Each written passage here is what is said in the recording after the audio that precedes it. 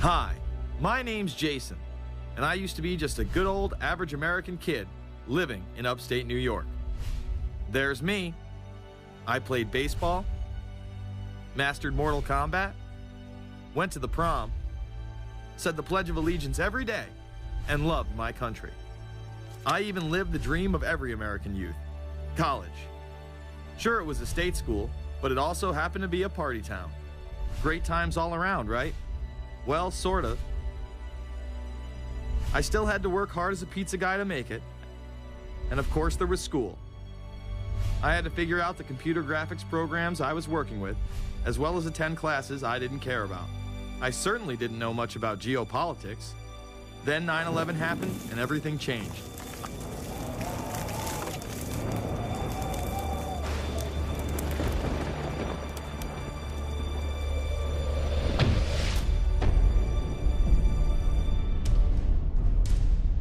I was pissed. How dare the Muslim extremists massacre all those people? But was it all true?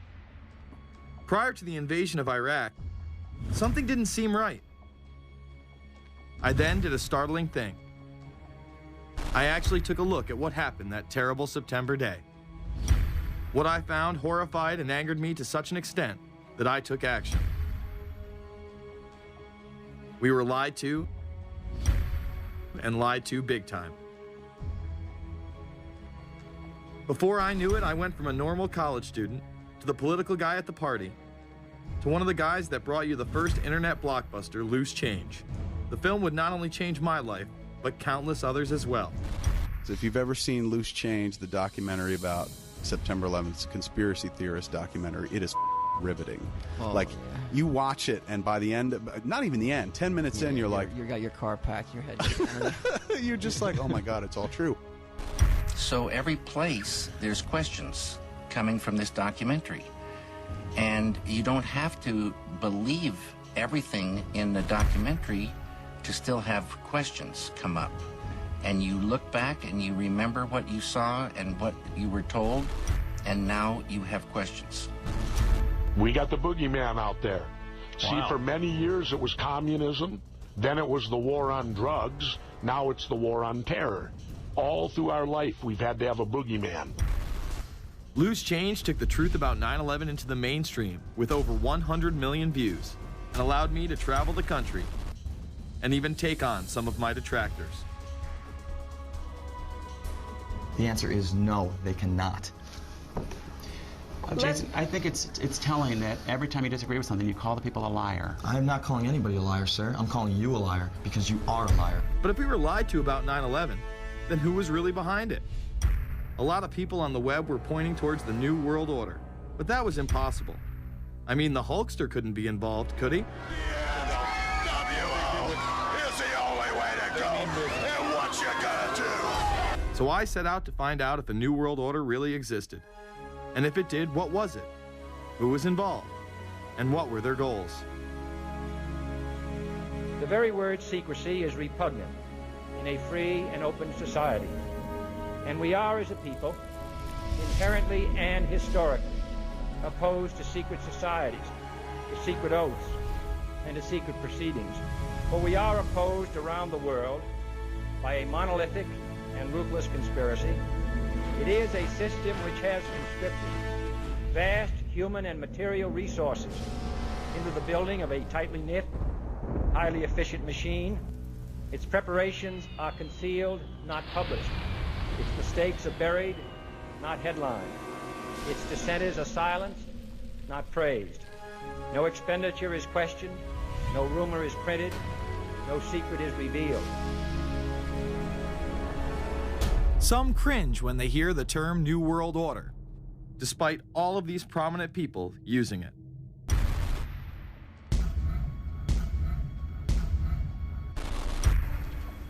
The world that maybe some people dreamt of at that conference back in Bournemouth, when it looked as if maybe history would end, that liberal democracy would triumph, that free market economics would slowly progress, and we'd have a new world order.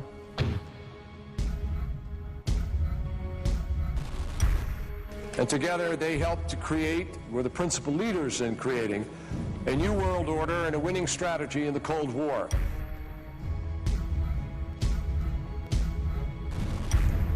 We are part of a new world order.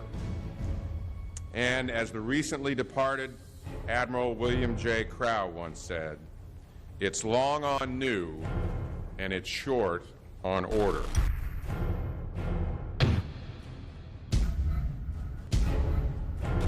Walter Isaacson wrote a wonderful book about some of the wise men who helped shape the New World Order following the Second World War.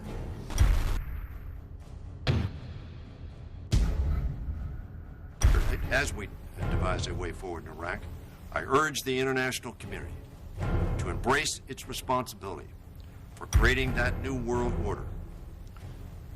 A new world order based upon collective action.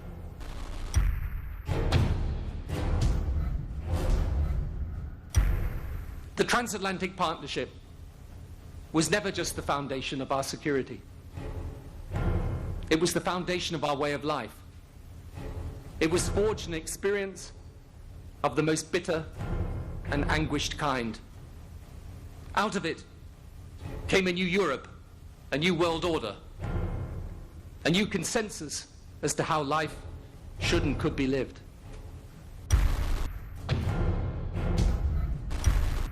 And just like that, it was gone. It was a new world order. That's what President George H. Bush said. Harvard historian Francis Fukuyama pronounced the end of history.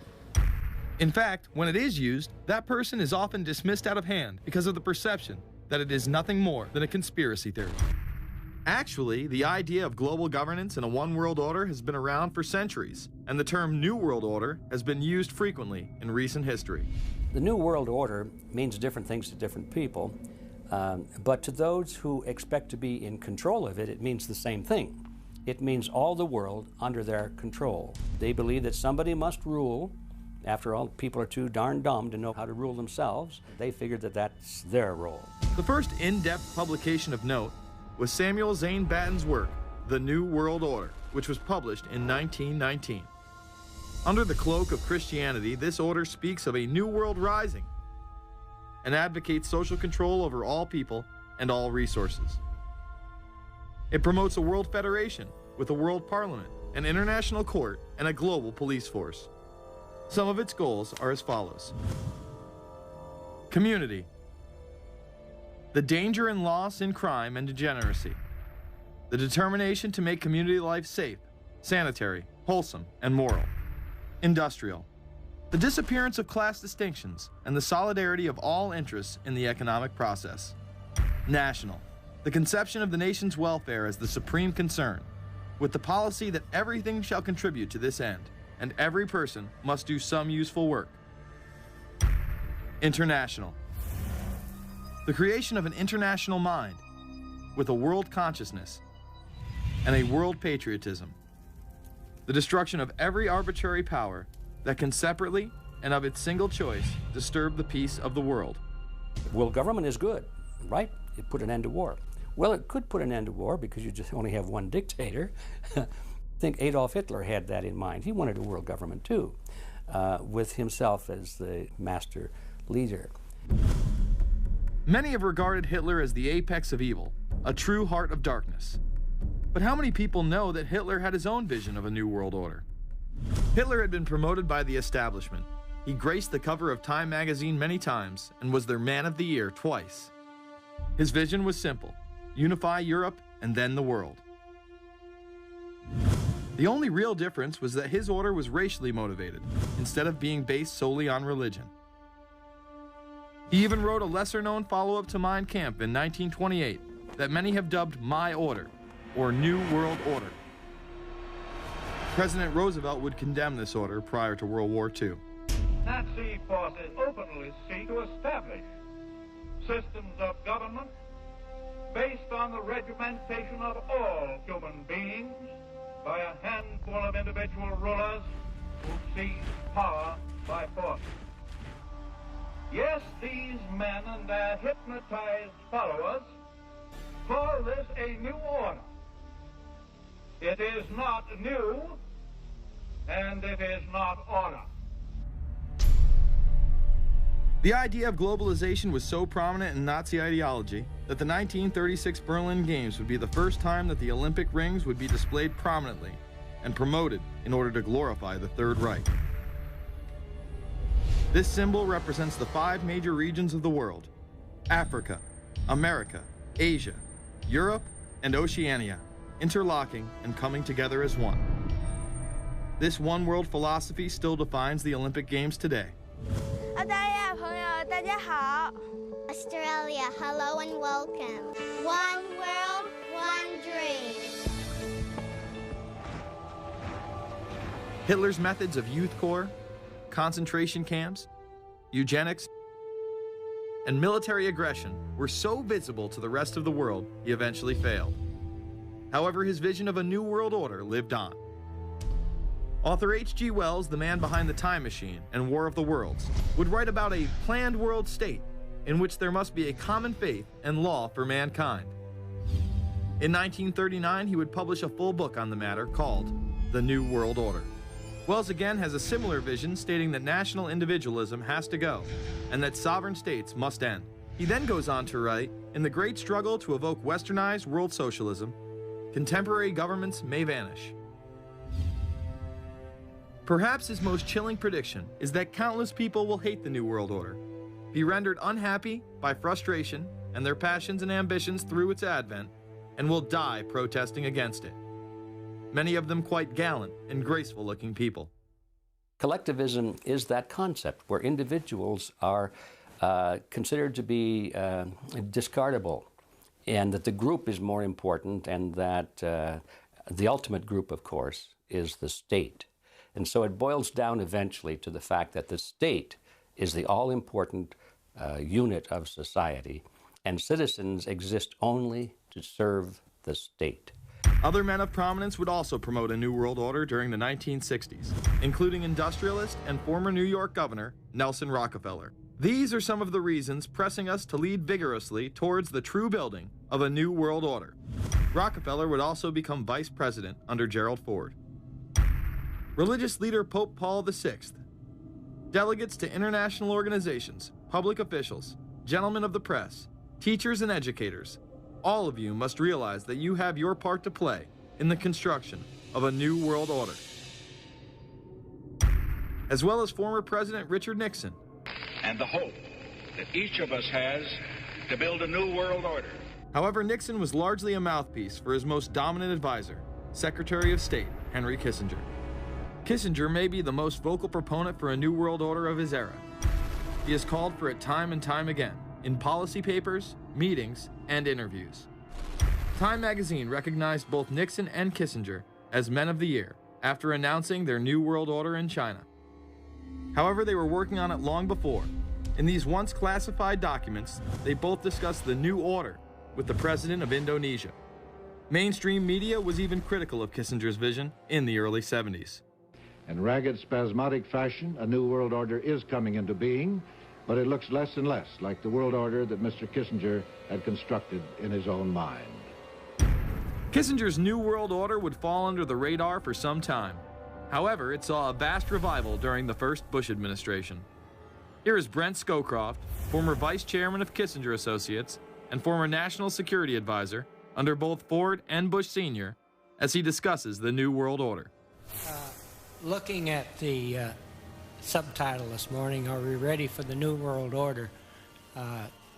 Gives me something of the shudders. That phrase, New World Order, I'm afraid I'm partly responsible for resurrecting.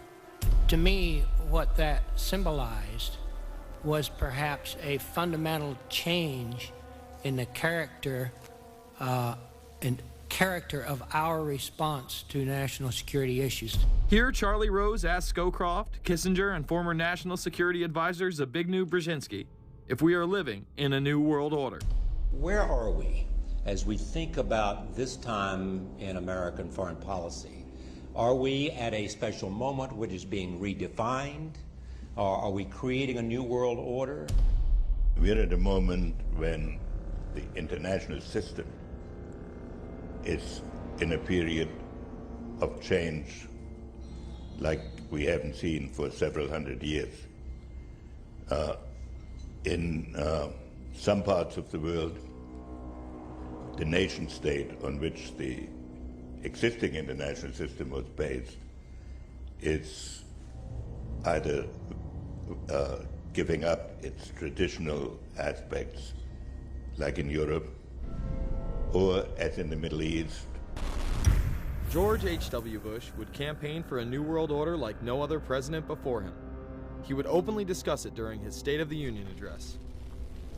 What is at stake is more than one small country. It is a big idea, a new world order, where diverse nations are drawn together in common cause to achieve the universal aspirations of mankind. Again, a unified Europe was a major goal in creating this order. With few exceptions, the world now stands as one. A year and a half ago, in Germany, I said that our goal was a Europe whole and free. Tonight, Germany is united. Europe has become whole and free. The world can therefore seize this opportunity to fulfill the long-held promise of a new world order. We can find meaning and reward by serving some higher purpose than ourselves, a shining purpose, the illumination of 1,000 points of light. Bush Sr. and his administration would tour and promote this agenda across the board at any given opportunity. The President has spoken often of a new world order. And we have an unprecedented opportunity to build a new era of peace and prosperity here and abroad, to build a new world order. It's my understanding, I think, that the President, and I don't know the context of how it came up in his speech last night in New York, said that China must be a part of the new world order. Guess I would like to ask you how you envision China fitting into the new world order. It is a country that we are going to have relationships with by virtue of its geopolitical importance. American officials say breaking down regional and national barriers to the flow of goods and services would represent a spectacular benefit to economies around the world. We are building a new world order. Bush would actually make a commencement address at Maxwell Air Force Base declaring the birth of this order. And that's why I wanted to speak to you today about the new world taking shape around us, about the prospects for a new world order now within our reach. In the coming weeks, I'll be talking in some detail about the possibility of a new world order emerging after the Cold War. But today, I want to discuss another aspect of that order. You see, as the Cold War drew to an end, we saw the possibilities of a new order in which nations work together. It refers to new ways of working with other nations to deter aggression and to achieve stability. As old threats recede, new threats emerge. The quest for the new world order is in part a challenge to keep the dangers of disorder at bay. We must build on the successes of Desert Storm to give new shape and momentum to this new world order. Only when this transformation is complete will we be able to take full measure of the opportunities presented by this new and evolving world order. The new world order really is a tool for addressing a new world of possibilities. This order gains its mission and shape not just from shared interests, but from shared ideals. After the Gulf War had ended, Bush was so obsessed with the idea of a new world order that he had a series of Glocks imprinted with the term that he would give to members of his administration, including Colin Powell, Brent Scowcroft, Dick Cheney, and General Norman Schwarzkopf. Cheney would even approve policy papers regarding the New World Order. Defense Secretary Dick Cheney has approved a revised draft of a policy document on the New World Order. The Pentagon is backing off a controversial earlier draft and has abandoned a one superpower strategy. The final document puts more emphasis on international alliances and organizations. This would become an unprecedented time period for people all over the globe to discuss at length what the New World Order meant to them. People within the media, Does anybody want to talk about the New World Order? Is there a New World Order out there, or is this a vision that exists in the... He does have his vision, there's no doubt about that. But does that exist in the president's mind, or does it exist out there in reality? This president sees this episode as the first test case, as the first example for the New World Order he is trying to organize. Some people have called it the New World Disorder, and there's a lot of truth to that.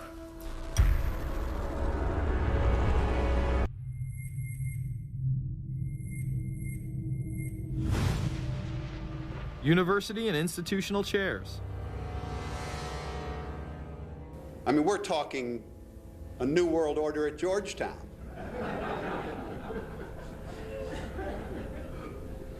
And we'd like to be very much a part of it and continue to live. This is a world that is likely to be dominated in the near future, and perhaps longer, by the Gulf War and the New World Order, which is the buzzword of the moment. So the secret of a New World Order, and at this point it's just a slogan, but it does have some historical background in terms that orders have succeeded each other over time.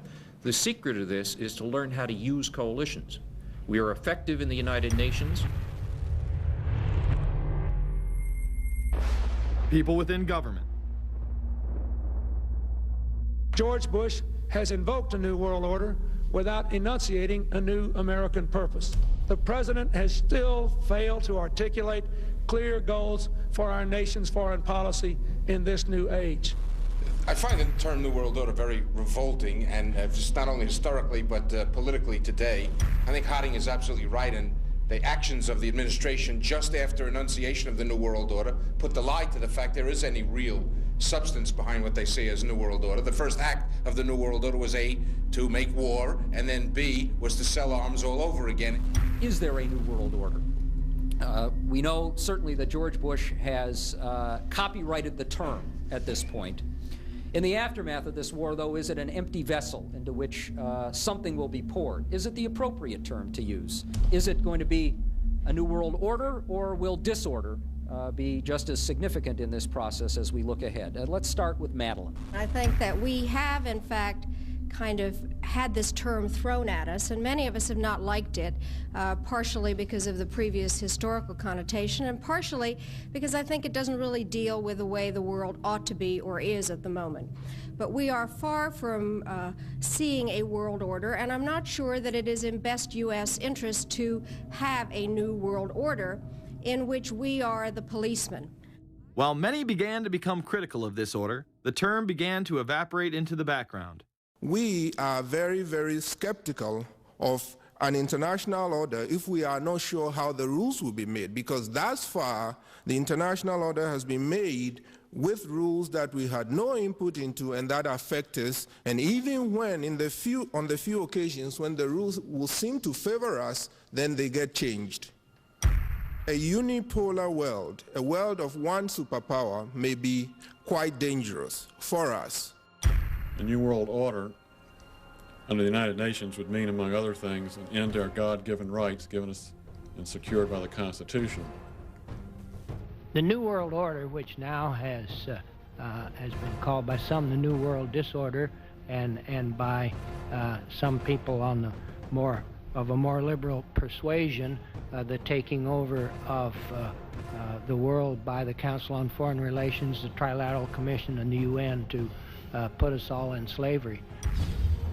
But what are these organizations? Who founded them? And what are the stated goals of each? Before we begin with the Council on Foreign Relations, let's delve further into history to understand roundtable groups and their origins. Its roots go way, way back in history, and they go back to the formation of a secret society, a secret organization that was created by Cecil Rhodes, a very powerful and very wealthy individual. And people have heard about him in history, and they know about the Rhodes Scholarship, and they think, well, isn't that nice? They don't understand at all what that's all about. Cecil Rhodes, when he died, left his great fortune not to his family, not to his heirs, but for the creation of a secret society. And we know about this because there were some people very intimately involved with this organization who wrote about it. One of the best authors on this topic is Professor Carroll Quigley. He wrote several books and Tragedy and Hope is the best known of his. He described in detail the secret organization created by Cecil Rhodes, and he explains in these books he knows about them because he was invited by the organization into its inner circle. He was never a member of it, but he was invited in as their historian, and he was allowed to see their secret records and papers and study them for several years. And he knew all the important players, and he understood what it was about, and so he wrote these books. And it's an amazing thing because he laid out in great detail what the purpose of the organization was and how they were the major players in all of the big international events since and including World War I. The bottom line is that you take the roots of that organization and you find out that they created in all of the British dependencies what they call roundtable groups. And then around those little roundtable groups, they created front groups. And the purpose of these front groups and roundtable groups was to penetrate into the governments of all of these different countries, to penetrate into the media centers, to penetrate into the educational systems. In other words, to penetrate into the social fabric, the power centers of society, and literally take them over from the inside without anybody being aware that they were controlling influence. After World War I, the International League of Nations arose as a precursor to the United Nations in 1919, under what seemed to be the vision of President Woodrow Wilson and his 14 points. The League of Nations was the first attempt at the New World Order, the first attempt at a global government based on the model of collectivism. And it was the brainchild of the elitists, the ancestors of the very people who are still working on this project. They're collectivists, the very wealthy people. They're the ones in this country who dominated the powerful tax-exempt foundations, like the Carnegie Endowment Fund for International Peace, the Rockefeller Funds, the Ford Foundation, and groups like that.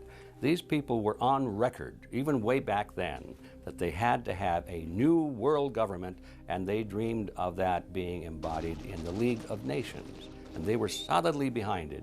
And that was one of the reasons those people encouraged the United States into World War I, was because of the crisis of World War I, and that would also condition Americans to thinking of making big changes in their system, because we certainly don't want another war like that, do we? There's that fear angle again.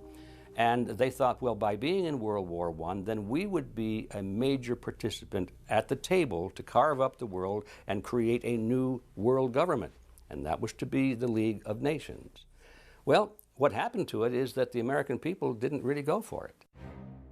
Wilson was aware of the elite and their control over society. In his book, The New Freedom, published in 1913, he discussed such a group.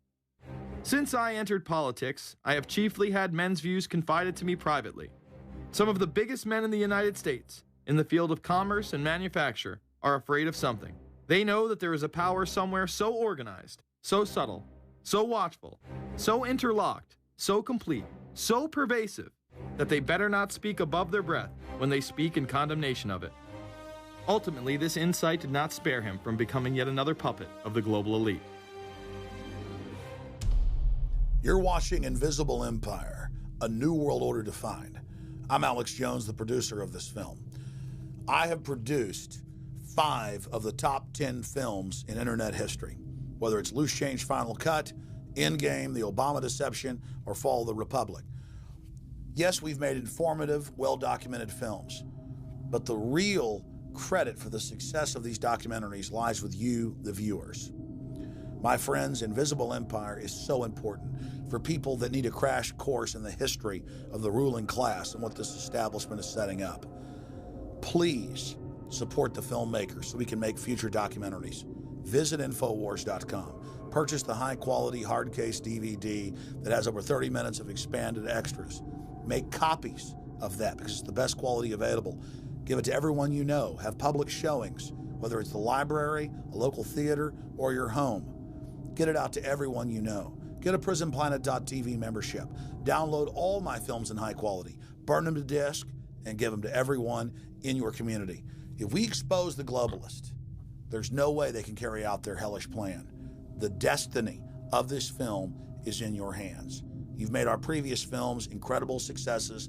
I'm counting on you now. So again, Infowars.com to get the DVD or call toll-free 888-253-3139 or see them all in incredible high quality at prisonplanet.tv. The ball is in your court. PrisonPlanet.tv is a better tool than ever in the info war. Over 6 years of my radio and TV shows, all my films in super high quality, my book, Paul Watson's book, all there, 15 cents a day. Your support of PrisonPlanet.tv empowers the resistance to unlock minds worldwide. In all of the British dependencies, these organizations, the front groups, were called the Royal Institute for International Affairs. In the United States, they chose a different name. They chose the Council on Foreign Relations, but it held exactly the same relationship to this inner society of Cecil Rhodes. Among the charter members were W. Averill Harriman of Union Banking, then President of the United States Woodrow Wilson's main advisor, Colonel Edward Mendell House, John D. Rockefeller, the founder of Standard Oil, banking mogul J.P. Morgan, and prominent bankster Paul Warburg. Well, the Council on Foreign Relations exists today. It's probably the most powerful single organization in America. Many observers, including myself, believe that it is the hidden government of the United States. These people are not elected to office, and most Americans don't even know who they are. But they are holding all of the important positions in society. There are only about 4,000 of them in the United States, but I don't care what organization you want to look at, whether it's government or whether it's the universities or the large media centers or whatever it is. You look at the people at the tops of those organizations, the owners, the managers, the CEOs, the board of directors, and I'm going to say probably 80 to 90% of the great power centers of America are dominated by just those 4,000 people who are members of the Council on Foreign Relations. Throughout its history, it would contain extremely influential and powerful individuals in finance, business, media, and politics. Former presidents of the United States include Richard Nixon,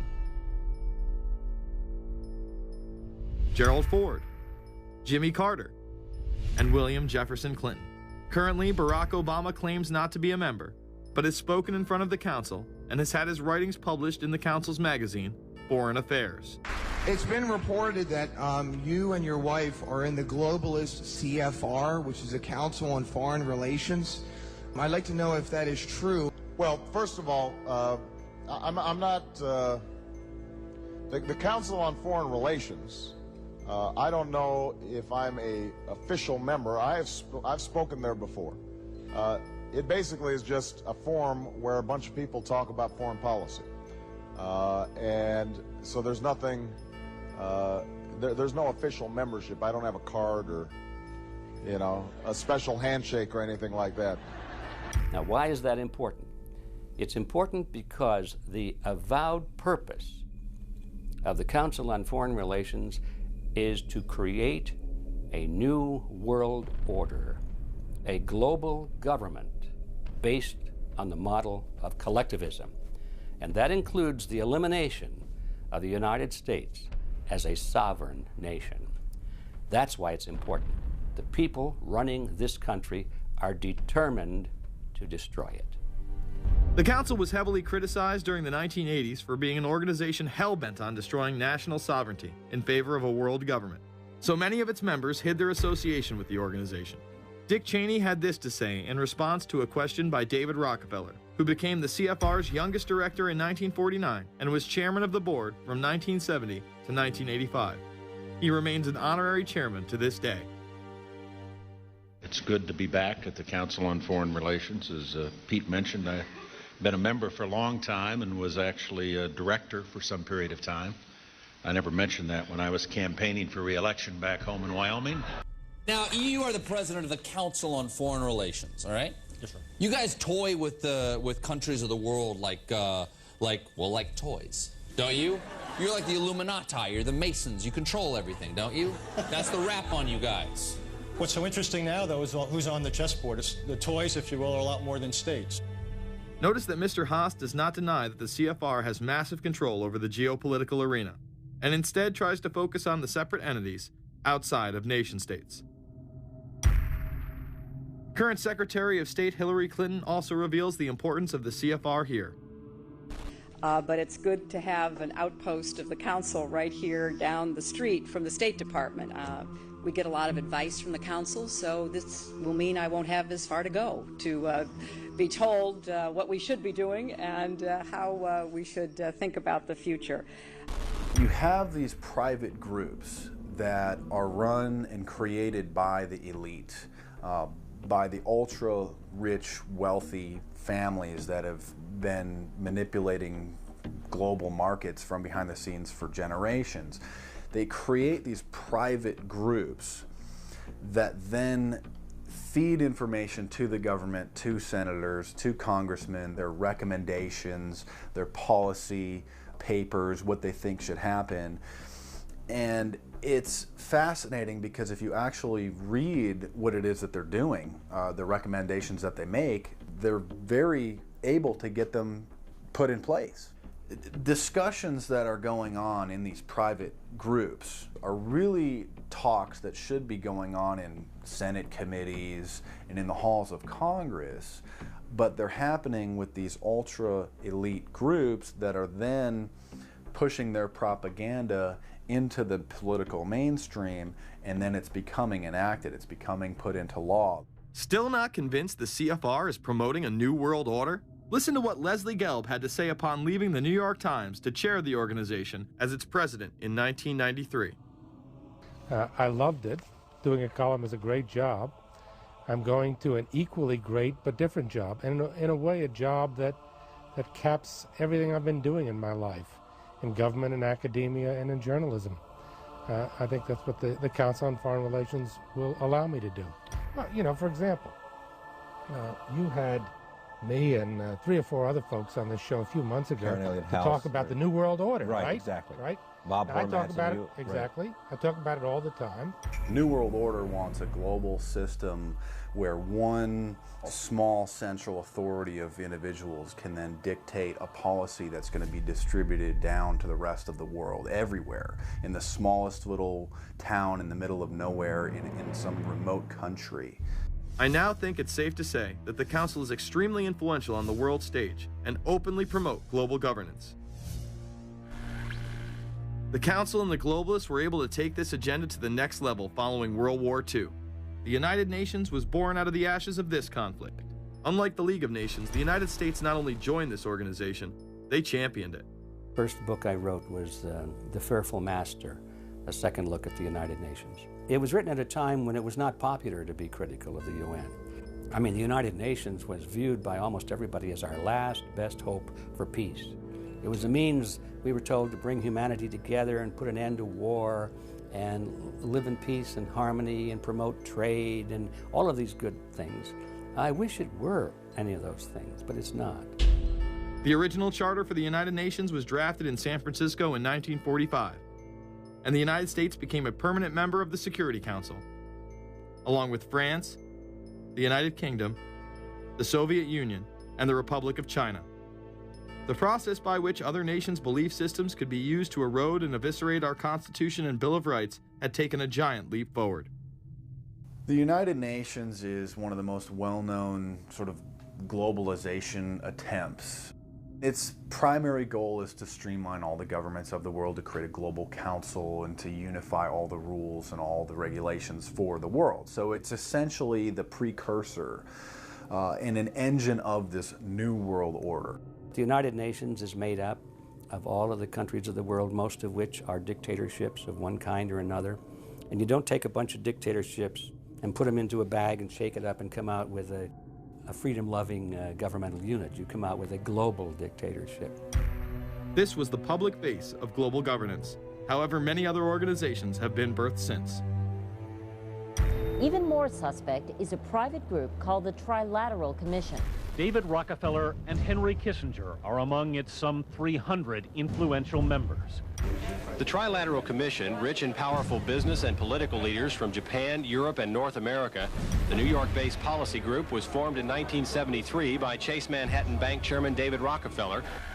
In addition to Rockefeller, there are many other noted American members. Among them, economist Alan Greenspan, former Defense Secretary Harold Brown. George Bush was once a member, but resigned last year before his unsuccessful presidential campaign.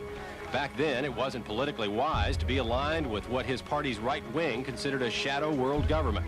The United Nations would take over America. The Trilateral Commission would control the world. Just look at its membership, they say. Current and former members include Presidents Clinton, Bush, and Carter. Names like Brzezinski, Christopher, Kissinger, and Schultz. And top executives of ITT, Xerox, Exxon, and Nations Bank. Although this group with only 300 members seems to be at the apex of the power structure, there is yet another group formed in 1954 that is even smaller in number and has a greater influence on world events. Meet the Bilderberg Group. This elite group meet annually around the globe. There is a core group of members who have attended every year for decades, such as David Rockefeller, Henry Kissinger, and Queen Beatrix of the Netherlands. These members invite others who are politically and socially relevant at the time. Each year, around 140 people are in attendance. Real quick, I asked Hillary this question. In 2004, you attended a meeting in Italy called the Bilderberg Group. I just want to know what you were doing out there, what that was all about. Because she lied to me and told me she didn't go. I figured you might tell me the truth. All I did was go. They had a Republican and a Democrat. I gave like a 20-minute talk on the presidential election. Did it have anything to do with being John Kerry's running mate? Did you talk about that at all? No, because I wasn't his running mate. Okay. I happened to be in Europe then on my way to Russia. I was invited to go to Bilderberg by Vernon Jordan, a friend of mine and a genuine hero of the civil rights movement. And to the best of my knowledge, NAFTA was not discussed by anybody in my presence. Documents released by the group in 2001 reveal that in September of 1955, the group met in Germany and covertly outlined the idea of a European Union. Section E, European Unity, discusses the general support for European integration and unification, and the idea to unify Germany once again with the rest of Europe under a common marketplace.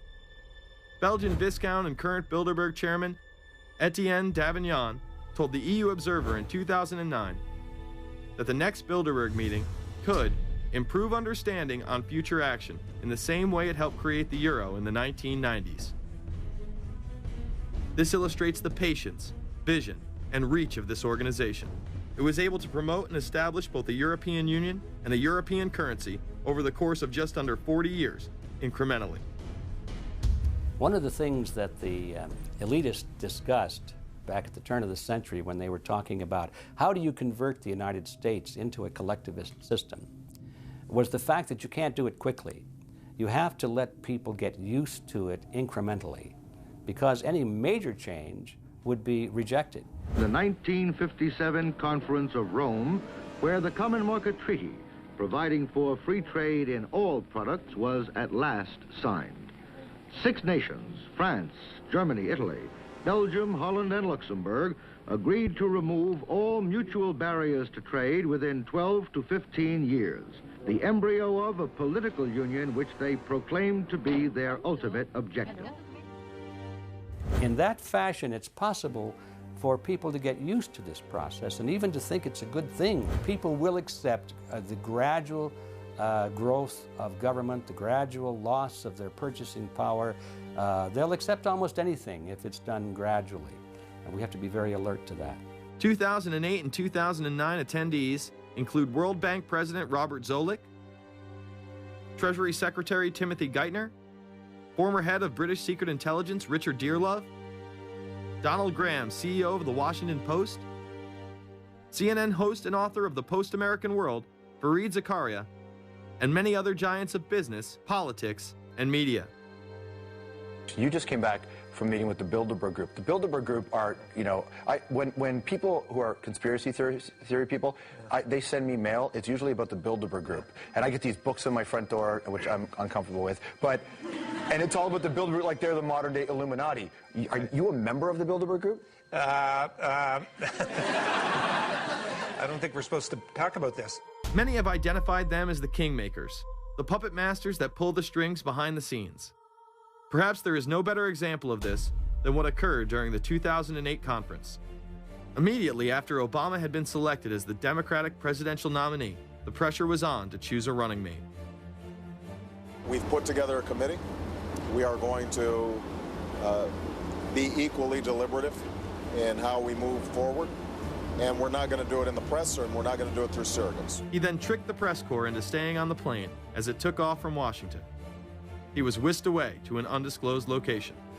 Obama was supposed to fly home. He'd been here in Virginia.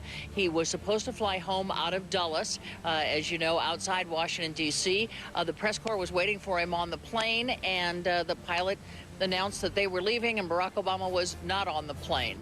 Presumptive nominees in the past has always been that they have at least a press pool with them at all times. Is there a reason why we didn't go with him in the motorcade all the way? This is what we're out here for, and now we're on this plane with no candidate. Again, you know, look, I understand.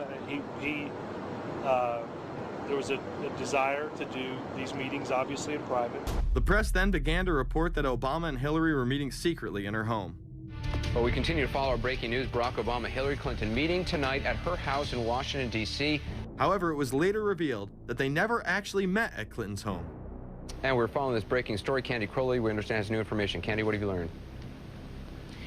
We are hearing actually from Chris Welch, who is our embed with the Obama campaign. Those are the people that took off without Obama and went to Chicago. The spokesman there is in fact confirming that the meeting did take place. They're talking in past tense now, but saying that the meeting did not take place at the Clintons' house. It took place at this point at some place, I don't know where, some undisclosed place in Washington, D.C., not at Hillary Clinton's house. Remember, Gibbs mentioned that Obama had a desire to have several meetings, not just one. Is there more than one meeting? Is there more than one person with whom you... I'm not going to get into all the details of the meetings. I don't know that I've got a ton more different answers for all of your questions. The truth of the matter is that Bilderberg just happened to be in the neighborhood at the time. They were holding their annual meeting just down the road in Chantilly, Virginia. What are the chances? What's interesting and dangerous about the New World Order is that it's not a natural progressing idea. It's just not civilization naturally evolving and organizing into this system. It's the group of extremely powerful people that are manipulating the system to get it to this status from behind the scenes without anybody's knowledge. You have to ask yourself, if there isn't an agenda going on to keep those organizations quiet and to keep them out of the news, to keep the discussions about them behind closed doors, then why is it that these supposed experts on the left and on the right never talk about them? This has been a condensed history of the globalist organizations and their rise to power. But is there a reason they meet behind closed doors? A shadow world government has been mentioned, but to truly understand what that means, let's go back to this iconic warning from President Dwight D. Eisenhower. Progress toward these noble goals is persistently threatened by the conflict now engulfing the world.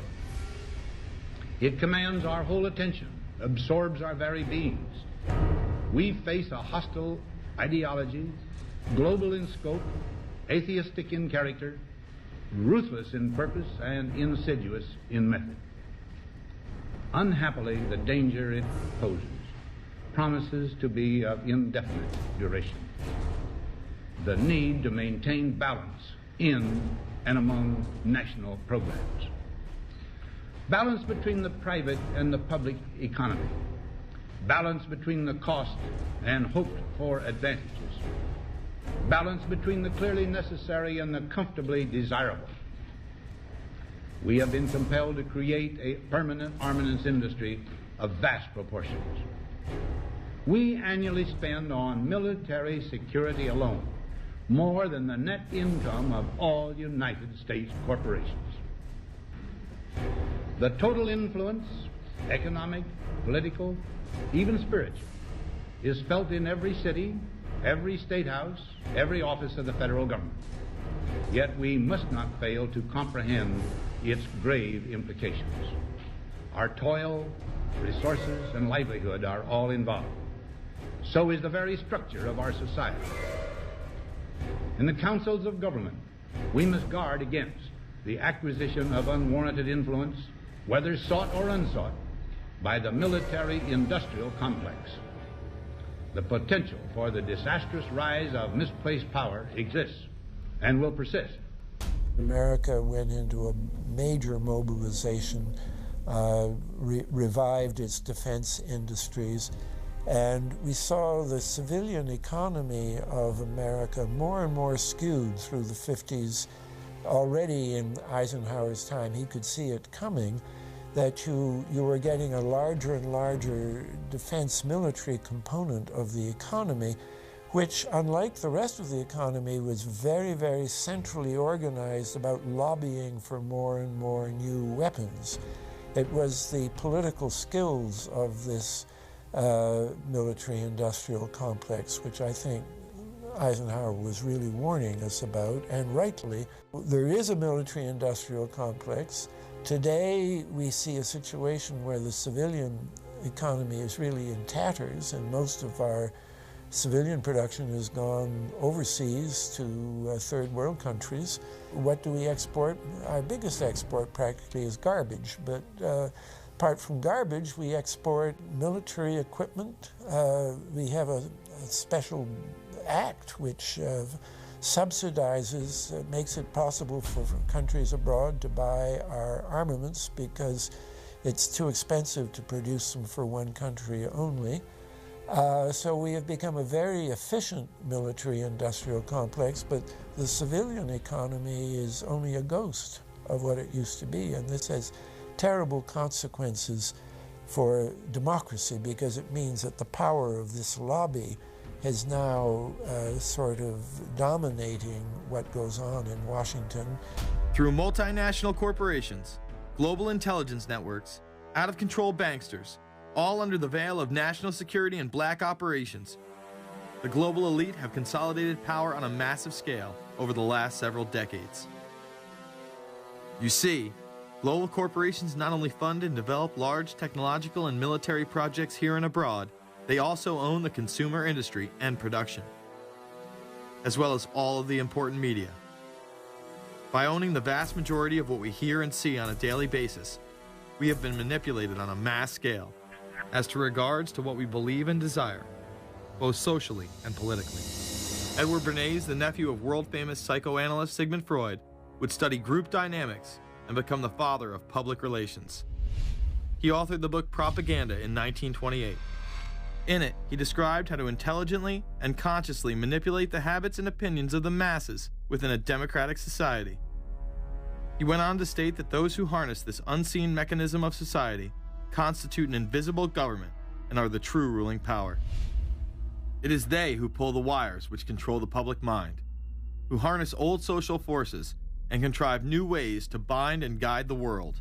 The average American is distracted, mindless, worried about minuscule things, celebrities, as if it was their own family members. And this is by design, because the powers that be, who own the media, know how our brains work.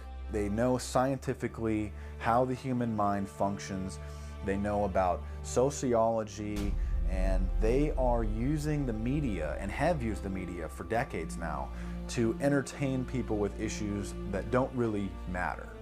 When you have the big news networks covering celebrity issues as if it's the most important thing, it becomes the most important thing. And this is not by accident. This is to keep us out of the way. Because if you're worried about the latest celebrity death, or the latest celebrity couple, or the celebrity breakup, or your sports team having a shot at the Super Bowl or the World Series, there's so much information about those issues that can be discussed that will mesmerize people, and they won't know or care about the real issues that are out there. Well, I think this is just one more piece of evidence of the degree to which the media, supposedly the watchdogs, has become the gatekeeper of the system. Mainstream media are, first of all, nearly all of them corporations, nearly all of them now publicly held, part of the whole Wall Street financial system that they're supposed to report about objectively, but they can't. They, right now, in October of 2009, they are celebrating the recovery of the biggest banks in New York and saying that the recession is over. Of course, there are a few problems, like foreclosures are going on, unemployment is rising. All of this is affecting the American people, but it's not affecting the financial elite who also control the media. Bernays successfully identified the invisible empire which controlled the minds of men. So as the populace is mesmerized and hypnotized by powerful behind-the-scenes forces, as they are distracted by the latest celebrity scandal, the newest cell phone, and their favorite sports team, this network disguises itself, remaining in the shadows. Despite the elite utilizing Bernays' methods, in conjunction with the military-industrial complex they had erected, a modern arm of this organization was exposed in what came to be known as the Iran-Contra scandal. Essentially, black operations were not only caught dealing arms illegally and supporting South American dictators, but also smuggling drugs into the United States. Iran-Contra was really the merging of two different programs. The first one was support for the Contras, who were, let's face it, a force of terrorists in Nicaragua trying to overthrow the Sandinista government. They were being secretly supported by the CIA, and at the bottom of the whole thing was drugs. Iran-Contra was openly exposed by massive network coverage. How was it that in 3 years, a network Washington set up to run arms to the Contras wound up running cocaine into this country for the most vicious drug cartel in the world? At the same time, we were supposed to be fighting a war against drugs. But by the same token, I also smuggled my share of weapons in exchange for those illegal substances, with the full knowledge and assistance of both the DEA and CIA. Betzner says that in 1983, he flew weapons from Florida to El Salvador and drugs from Colombia to the Bahamas on the way back. In 1984, he says, he flew twice from Florida to Costa Rica and back. We could bring back our own cargo, and they would arrange it, or we could bring back their cargo without ever having to worry about interception, arrest, anything like this, that everything was taken care of. What kind of cargo were you talking about? Drugs. Tolliver says he had 2 meetings with this man, CIA veteran Rafael Quintero. Then in March of 1986, he says he flew 14 tons of weapons down to Honduras, to this Contra resupply base set up by the CIA. We take off from Tegucigalpa, Honduras, and we leave. To? South Florida. Where in South Florida? We landed at Homestead. Homestead? Air Force Base. This is the plane Tolliver says he used. The plane traces to a company that had a State Department contract to fly humanitarian supplies to the Contras. In addition to that, 3 dozen sources confirm the basic scheme. We can now report that long before that operation began, there was another operation to provide guns for the Contras, which was also against the law. In this operation, Americans and Israelis provided arms to the Contras, and then the same network smuggled drugs into the United States. The operation was launched in spring of 1983 at Washington's request, with at least $20 million of Israeli government money later reimbursed, we're told, from U.S. Covert Operations Fund. For about 5 years, people were flying arms into Iran, and most of them came from Israel. The Israelis purchased the weapons from Poland and Czechoslovakia and began shipping them secretly from Yugoslavia to Bolivia, and then to Panama. The Israeli liaison man there, this man, Michael Harari, until recently a close aide to Panama's strongman, General Manuel Noriega. You'd bring the ship into Colombia, you would load drugs aboard it, and you would bring those drugs back to Panama with you. But bringing that stuff into the United States, that was something else. I've never been so thoroughly disgusted with myself in my life. This network would also be involved in the October surprise. We really can't understand that unless we understand the so-called October surprise in the 1980 election, which is, I think, unquestionably Republicans, including William Casey, who later became Reagan's head of the CIA, negotiated with the Iranians for them not to release the hostages which were being held in Iran to Carter, but to wait until Carter was defeated and the Republicans were in. That is what actually happened, that the hostages were only released on the day that Carter left office and Reagan came in. Unbelievably, this same network would even be linked to the BCCI banking scandal by journalist Danny Casolaro. Casolaro was probing a conspiracy he called the Octopus, which involved the Iranian hostage crisis, the Iran-Contra affair, with, believe it or not, all funds channeled through BCCI, the international bank charged with everything from money laundering to fraud. BCCI, it's a shadowy international bank linked to terrorists, drug runners, and dictators. Little was known about BCCI until 6 of its top officers were arrested in Tampa in October of 1988 on charges of laundering drug money for Colombian cocaine bosses. The BCCI men were convicted, and the bank itself pleaded guilty. But for some reason, the bank was allowed to continue to operate all over the world. There are indications that some of the reluctance to prosecute this bank stem from the favors it did. For? The favors it did for intelligence services everywhere.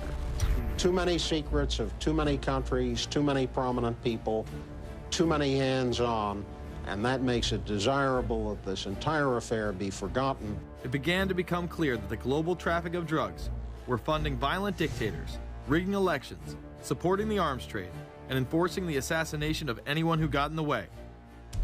Casolaro was found dead for his efforts in exposing this network. His death, of course, ruled a suicide. He was meeting a source in West Virginia. He was about to discover all. Instead, his body was discovered in a hotel room with 12 slashes in his wrist, but when the local authorities ruled it suicide, the family said, no way. The housekeeper had taken calls threatening his life. And I pick it up telephone, I say hello, and he say to me, you son of a bitch, you's dead. Casolaro would not be the only person involved in the scandal to wind up in a casket. Meet Barry Seal. At first, the media portrayed Seal as a drug dealer gone good, who was assassinated by the Colombian mafia. Authorities believe last night's machine gun killing of top drug informant Barry Seal was ordered by drug bosses in Medellin, Colombia, who sent 5 men to Baton Rouge to kill Seal. Sam Dalton was the lawyer that represented the Colombian hitmen convicted of his assassination. We were trying to subpoena the CIA because we felt like they had documents, exhibits, and evidence that would indicate complicity in Seal's assassination. When they were able to gain access of Barry Seal's trunk the night of the murder, the personal phone number of none other than George H.W. Bush was present. Louis Unglesby, the former attorney for Mr. Seal, also confirms that he once called the office of the vice president after Seal had given him the number. You see, the Black Ops drug smuggling operation had not yet been exposed, and intelligence couldn't take any chances. It was later revealed that Seal was involved in smuggling cocaine into Mena, Arkansas, while Bill Clinton sat as governor. 1983, Ronald Reagan was president, Bill Clinton was governor. And little Mena, Arkansas, changed from a quiet town to a center for drug smuggling and reported Contra support activity. In the middle of it all, this man, admitted dope smuggler Barry Seal. Arkansas State Trooper Russell Welch investigated Seal's organization. Each trip would have 250 to 350 pounds of cocaine. According to the London Telegraph, Arkansas State Trooper Larry Patterson testified under oath that he and his officers discussed repeatedly in Clinton's presence the large quantities of drugs being flown into Mena Airport, large quantities of money, large quantities of guns. Hot Springs police officers would also record Roger Clinton, Bill's brother, during a cocaine transaction stating, "Gotta get some for my brother. He's got a nose like a vacuum cleaner." There was also a large amount of money laundering going on in Mena. Former IRS agent William Duncan traced some of Seal's drug profits laundered through Mena banks. We had direct testimony from people who were involved in the money laundering operation. We had testimony from people at banks who observed the transactions.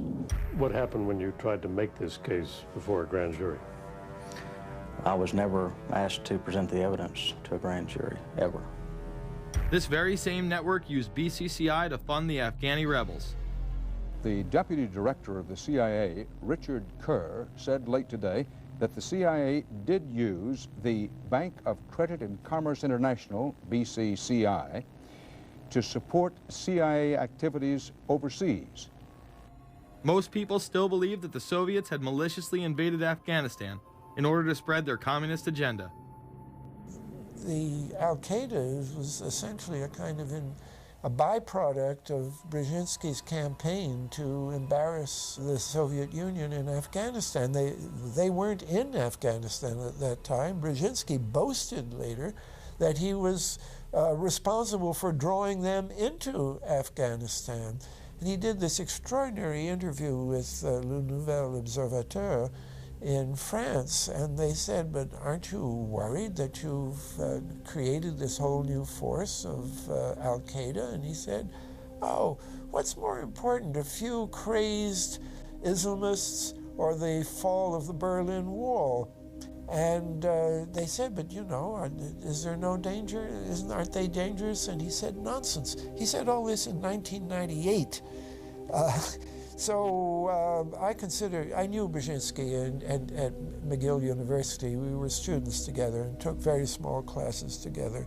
And in some ways he's bright, and in some ways he's kind of nuts. And he had the kind of nuttiness that made him attractive to the Rockefellers. Bin Laden and his network were actually funded by BCCI through U.S. covert operations. Well, the reason I bring it up, if you've ever heard any of our call-in shows, you know that we have people that think about the conspiracy theories of people like you.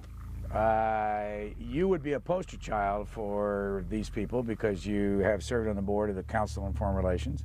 You helped start the Trilateral Commission, and you've been to the Bilderberger Group. Are people too close in this world, people in business, too close to the governments? Well, you know, there is such a thing as insidious influence. And the question is, how does it operate? Does it involve bribery? And does it involve some sort of psychological domination of individuals? I don't believe in this notion of some sort of secret societies controlling people. But of course, in any political system, there are sort of over-the-table and under-the-table arrangements. Arrangements that involved ruthless, illegal, and immoral activities in order to dominate humanity. Despite all of the evidence that has just been presented, this network would fall down the memory hole, even though 14 convictions were made in the Iran-Contra scandal. The continued cover-up would be made possible by George H.W. Bush. These documents that came forward in the North trial clearly reveal the involvement of the vice president to a greater degree, I think, than he has acknowledged heretofore. This, of course, did not stop him from pardoning those involved during the twilight of his presidency. Some new reverberations today to President Bush's Christmas Eve surprise, the pardoning of former Defense Secretary Caspar Weinberger and several others in connection with the Iran-Contra allegations. Well, now the special prosecutor says it's the president who needs to explain some things. The real issue is why the notes weren't produced 5 years ago when the congressional investigation and the independent counsel's investigation had requested them. Because high-level political officials scrambled to limit the investigation and establish plausible deniability for the upper echelons of the network, including Bush himself.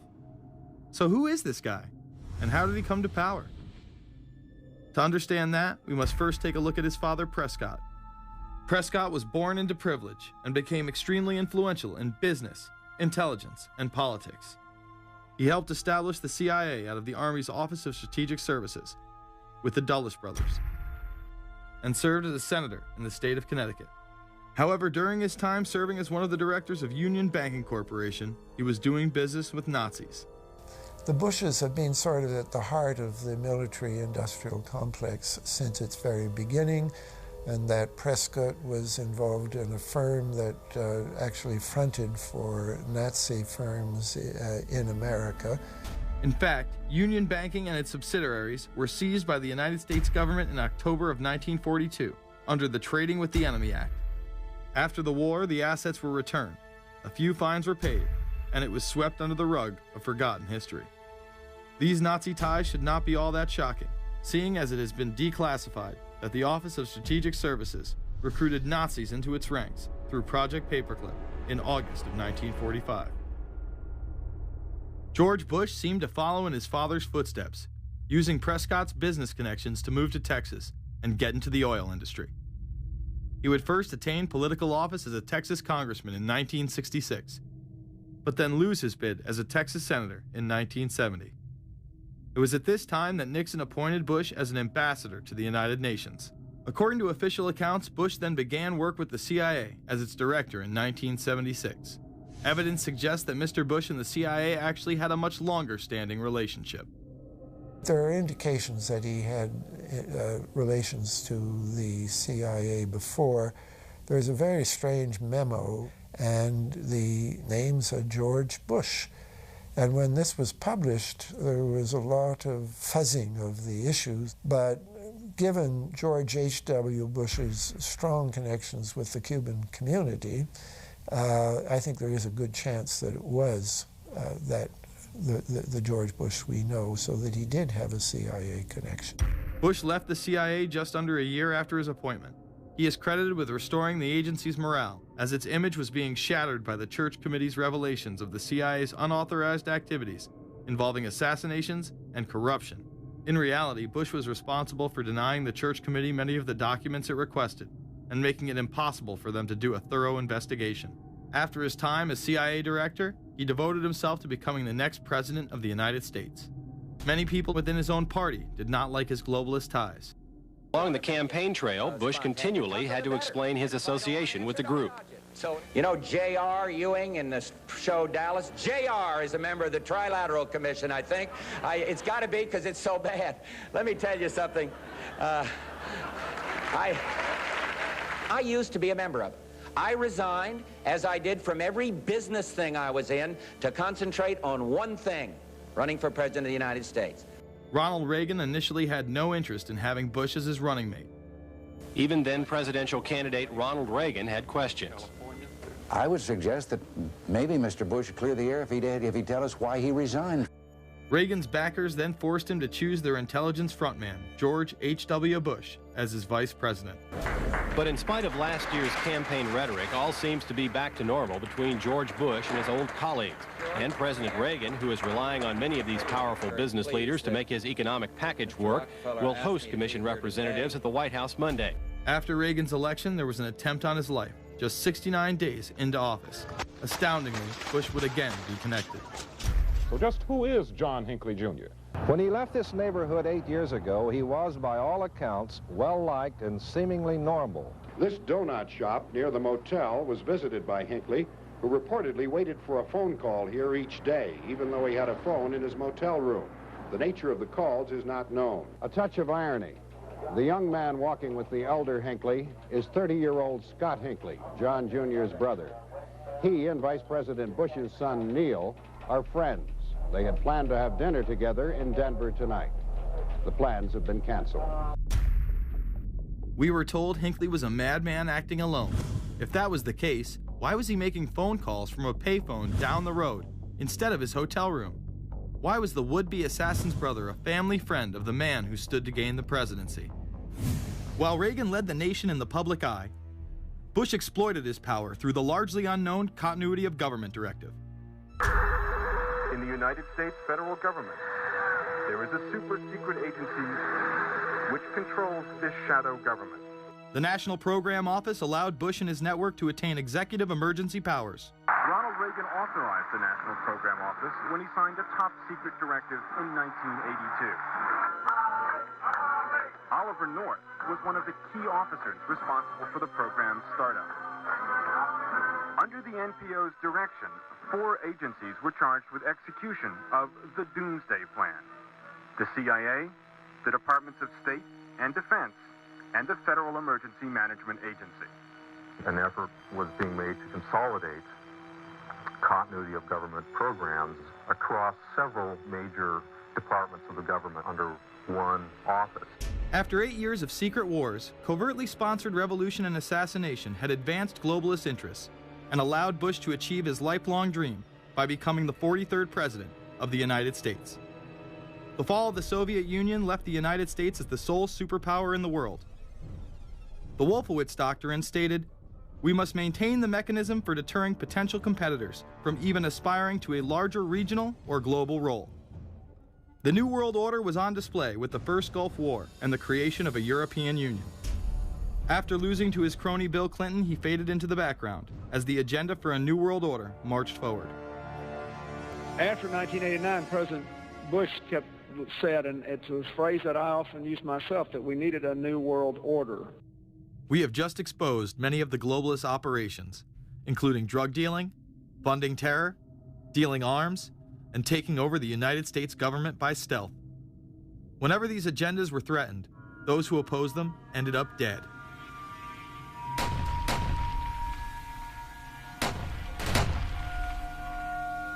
We've got some difficult days ahead, but it really doesn't matter with me now, because I've been to the mountaintop.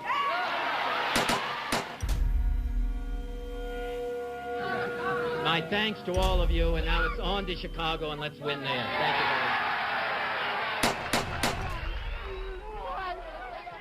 much. Gave a paper about all three of the big assassinations in the 60s, which was John F. Kennedy, Bobby Kennedy, and Martin Luther King.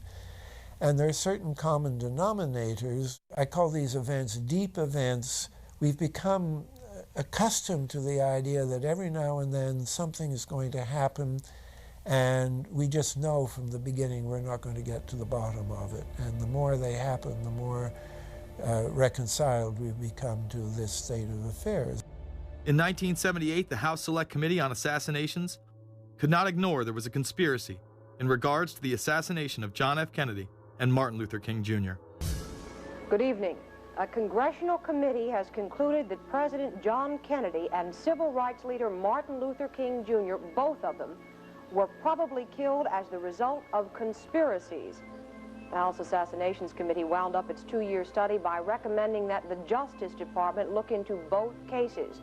In the assassination of Dr. Martin Luther King, the committee concluded the likelihood of conspiracy. The committee's summary of findings says President Kennedy was probably assassinated as a result of a conspiracy, that its evidence establishes a high probability that 2 gunmen fired at the motorcade. The committee concluded that President Kennedy did not receive adequate Secret Service protection in Dallas, that the CIA was deficient in sharing information before and after, that the Justice Department and Warren Commission failed to pursue possible conspiracies and made their conclusions too definite. There seems to be no debate that the CIA and Secret Service were involved in the assassination, as you can clearly see 2 Secret Service agents being taken away from their positions at the back of Kennedy's vehicle just moments before the assassination. And no matter what you believe about Oswald, it has now been declassified that Oswald was trained by the CIA in 1957 under the cover of the Office of Naval Intelligence. These political assassinations continue to this day. The 11-person jury in the inquest must decide if these stills, never before seen of Diana in the Mercedes and then the crash, are the frantic moments after a tragic accident or the aftermath of a calculated murder. Mr. Al-Fayed? Mohammed Al-Fayed, Dodi's father, has long since made up his mind. I believe that my son and Princess Diana have been murdered by the royal family. He claims Diana was pregnant and about to announce her engagement to his son, an embarrassment so great, he says, that Prince Philip commissioned British Secret Service to kill the couple. Assassination is an option when the ruling class can identify an enemy who cannot be compromised. But how do they bend the population's will to do their bidding? Well, the false flag operation is one in which the attacker carries the flag of someone else. It's usually a military operation, and the purpose, of course, is to create the impression that the attacker is someone else. They want to create negative public opinion against the nation whose flag was being used. Or they may even not use a flag at all. This sort of thing is done all the time, and it's certainly not unique in history. I think we've been seeing a lot of it lately. Americans are easily motivated by false flag operations, and I think it's inevitable that we will see false flag operations in the near future. It is used in order to seize power at an accelerated pace. A very well-documented modern example of this is the Tonkin Gulf incident. There were two sets of Tonkin Gulf incidents. The first one on August 2nd were real but trivial. The second on August 4th, 2 days later, were the ones to which we actually sent planes off in retaliation and were, in theory, much bigger, a torpedo attack on a U.S. destroyer, but in fact it never happened. When McNamara visited Vietnam, he confirmed the Tonkin Gulf incident never occurred, and once again, we were lied into war. To this day, I don't know what happened on August 2nd and August 4th, 1964 in the Tonkin Gulf. The general provided the answer, saying his Navy attacked the Maddox on August 2nd. But on the 4th, nothing happened. There was absolutely nothing, he said. We know for a fact now that NSA and CIA both falsified their reports up to Johnson on that day to make it look as if there had been an attack. Upon the fall of communism, a new threat had to be established in order to maintain their military-industrial complex and keep the people in fear of invisible enemies. More modern examples of this have been used not only to start conflicts abroad, but to instill fear in large populations in order to demonize groups and further erode civil liberties. The majority of people still believe that Timothy McVeigh was a right-wing extremist who bombed the Oklahoma City building with a Ryder truck because he was upset with the government. People close to the event told a very different story. A local congressman believes that convicted bomber Timothy McVeigh and his accused co-conspirator Terry Nichols are not the only ones involved. The Oklahoma State Representative Charles Key produced a videotape featuring witnesses who claim to have seen Timothy McVeigh with another man the morning of the bombing. He was wearing a ball cap. Timothy McVeigh had his on backwards, which just like this. It was on his head. The other gentleman had his on like this. In fact, the FBI had actively pursued John Doe No. 2 in its initial investigation, then denied his existence altogether. There were also multiple reports that explosives were found inside the Murrah building. The Justice Department is reporting that a second explosive device has been found in the AP Murrah building in downtown Oklahoma City. Mike, you're still with us, aren't you? Yes, I am, and I might tell you in addition to that, that in fact what we were told at the scene a few minutes ago was that in fact 2 different explosive devices were found in addition to the one that went off. The second explosive was found and defused. The third explosive that was found, and they are working on right now as we speak, I understand, both the second and third explosives, if you can imagine this, were larger than the first. Bomb squads were actually caught on video pulling into the building to retrieve these devices. They'll back that trailer down there, and the bomb squad folks will go in, and they will use that trailer. You see the bucket on the back there, sort of, this is how they would transport the explosive device away from this populated area to try to do something with it. I just took a look down the street at the Murrah building again. I see another bomb truck going, so apparently they're going to try to get out that third bomb that's been talked about. This was even confirmed by the governor at the time, Frank Keating. One device was deactivated. Apparently there's another device, and obviously whatever did the damage to the Murrah building was a tremendous, very sophisticated explosive device. Members of the ATF who would have normally been in the building were tipped off prior to the bombing. He saw what appeared to be a police bomb squad truck near the Murrah building 2 hours before the blast. It had a shield on the side of the door, and it said bomb disposal or bomb squad below it, and I really found that interesting. Another witness who spoke to ABC News on the condition of anonymity will tell the grand jury tomorrow he was told by an ATF official agents working in the building had been warned in advance not to come to work. He just came out and told me that the ATF wasn't in the building that day. They'd been tipped by their pagers not to come to work, which I was flabbergasted. McVeigh would even claim in a letter written to his sister, which was published by the New York Times, that he was actually recruited for black operations, which included smuggling drugs into the United States, as well as assassinations. One may brush this off as the ravings of a madman. However, McVeigh was filmed at the Camp Grafton military facility in North Dakota on August 3, 1993. McVeigh's official records state that he was discharged over a year prior from the Army Reserve in May of 1992. Perhaps even more interesting is that Camp Grafton was specializing in training troops in explosives and demolitions at the time. When all was said and done, the security tapes reported to have captured the entire thing on video were rounded up and classified. In 2009, they were finally released, and magically none of them caught the bombing. The excuse being they were all having their tapes changed at that exact moment. This event would be labeled domestic extremism, which was used to demonize critics of world government, militias, and create fear within the populace. Muslim extremism seemed to show its ugly face in then unprecedented fashion on February 26, 1993. A truck bomb had gone off in the parking area of the World Trade Center. Luckily, the bombers failed to follow instructions and parked the truck carrying the explosives against the main support column. What is not discussed, however, is the bomb was actually built by an FBI informant under the supervision of the FBI. Ahmed Salam, a former Egyptian army officer who had been doing undercover work for the FBI, was the man who actually built the bomb. When he was told that he would have to use real bomb-making material instead of harmless substitutes, he became suspicious and began taping his conversations with FBI officials.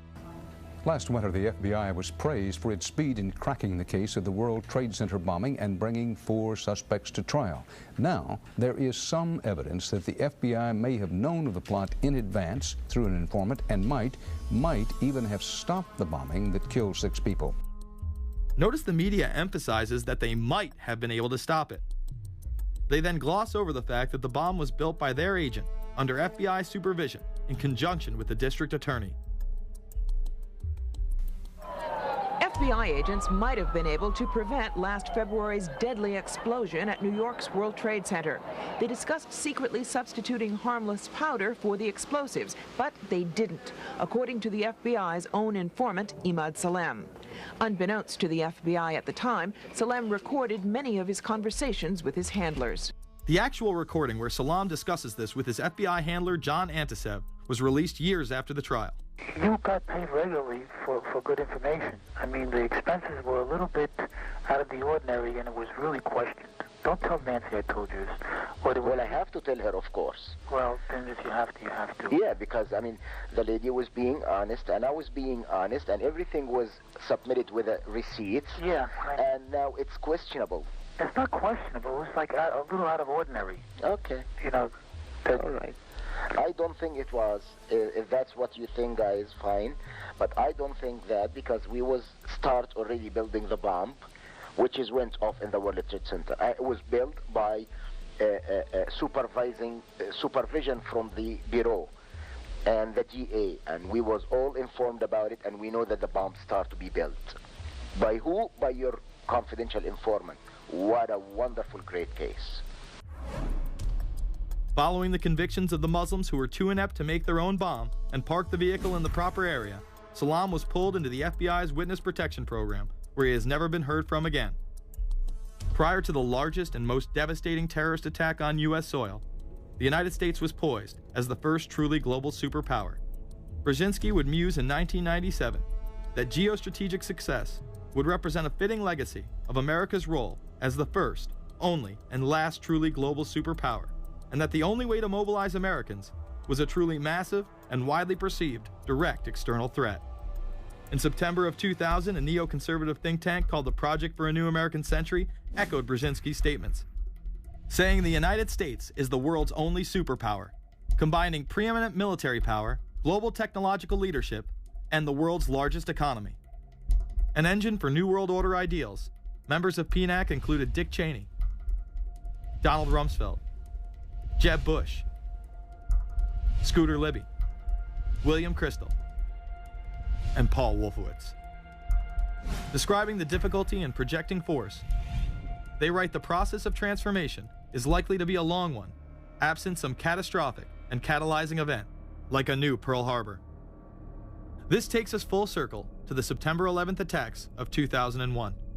In my previous film, Fabled Enemies, I expose in great detail the Saudi Arabian, Pakistani, and Israeli connections in conjunction with this international intelligence operation. In the early 1980s, bin Laden worked with operatives from U.S. intelligence, the Pakistani military, and Arab states. They ran a wide-ranging covert network that recruited and financed Muslim fighters to battle the Soviet army. The hijackers that were trained at U.S. military installations and protected by the FBI and CIA. The military exercises leading up to 9/11, and those that took place as the attacks occurred. Open line. Surveillance, Sergeant Richmond. Sergeant Richmond, Sergeant Light from Cheyenne Mountain Test Control. How are you? I'm doing fine. Okay, I need you to terminate all exercise inputs coming to Cheyenne Mountain at this time. Copy.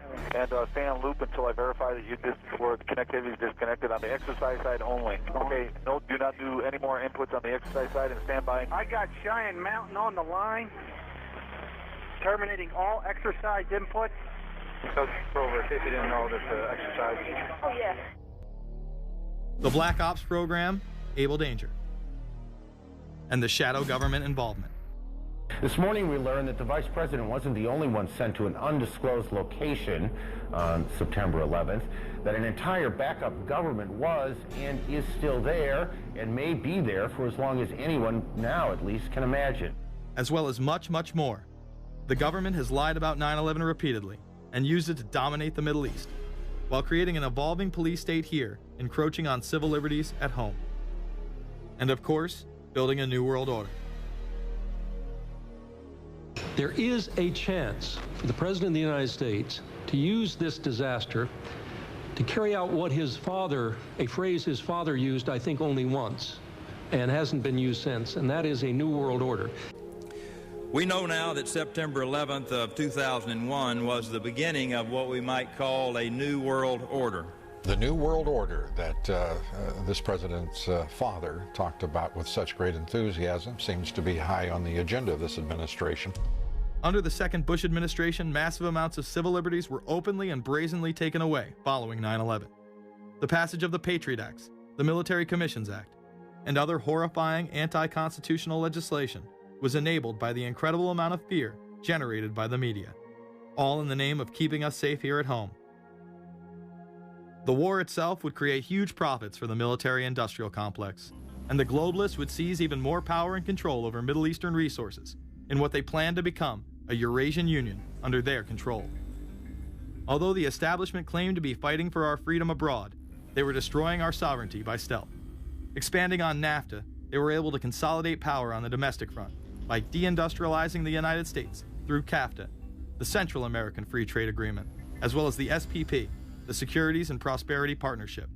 Opponents, however, say the initiative is nothing less than a plan to create a North American Union that would eliminate sovereignty for all three nations. Building on the North American Free Trade Agreement, the NAFTA section of the Commerce Department is busy drafting laws and regulations for a North American Union, a union of Canada, America, and Mexico.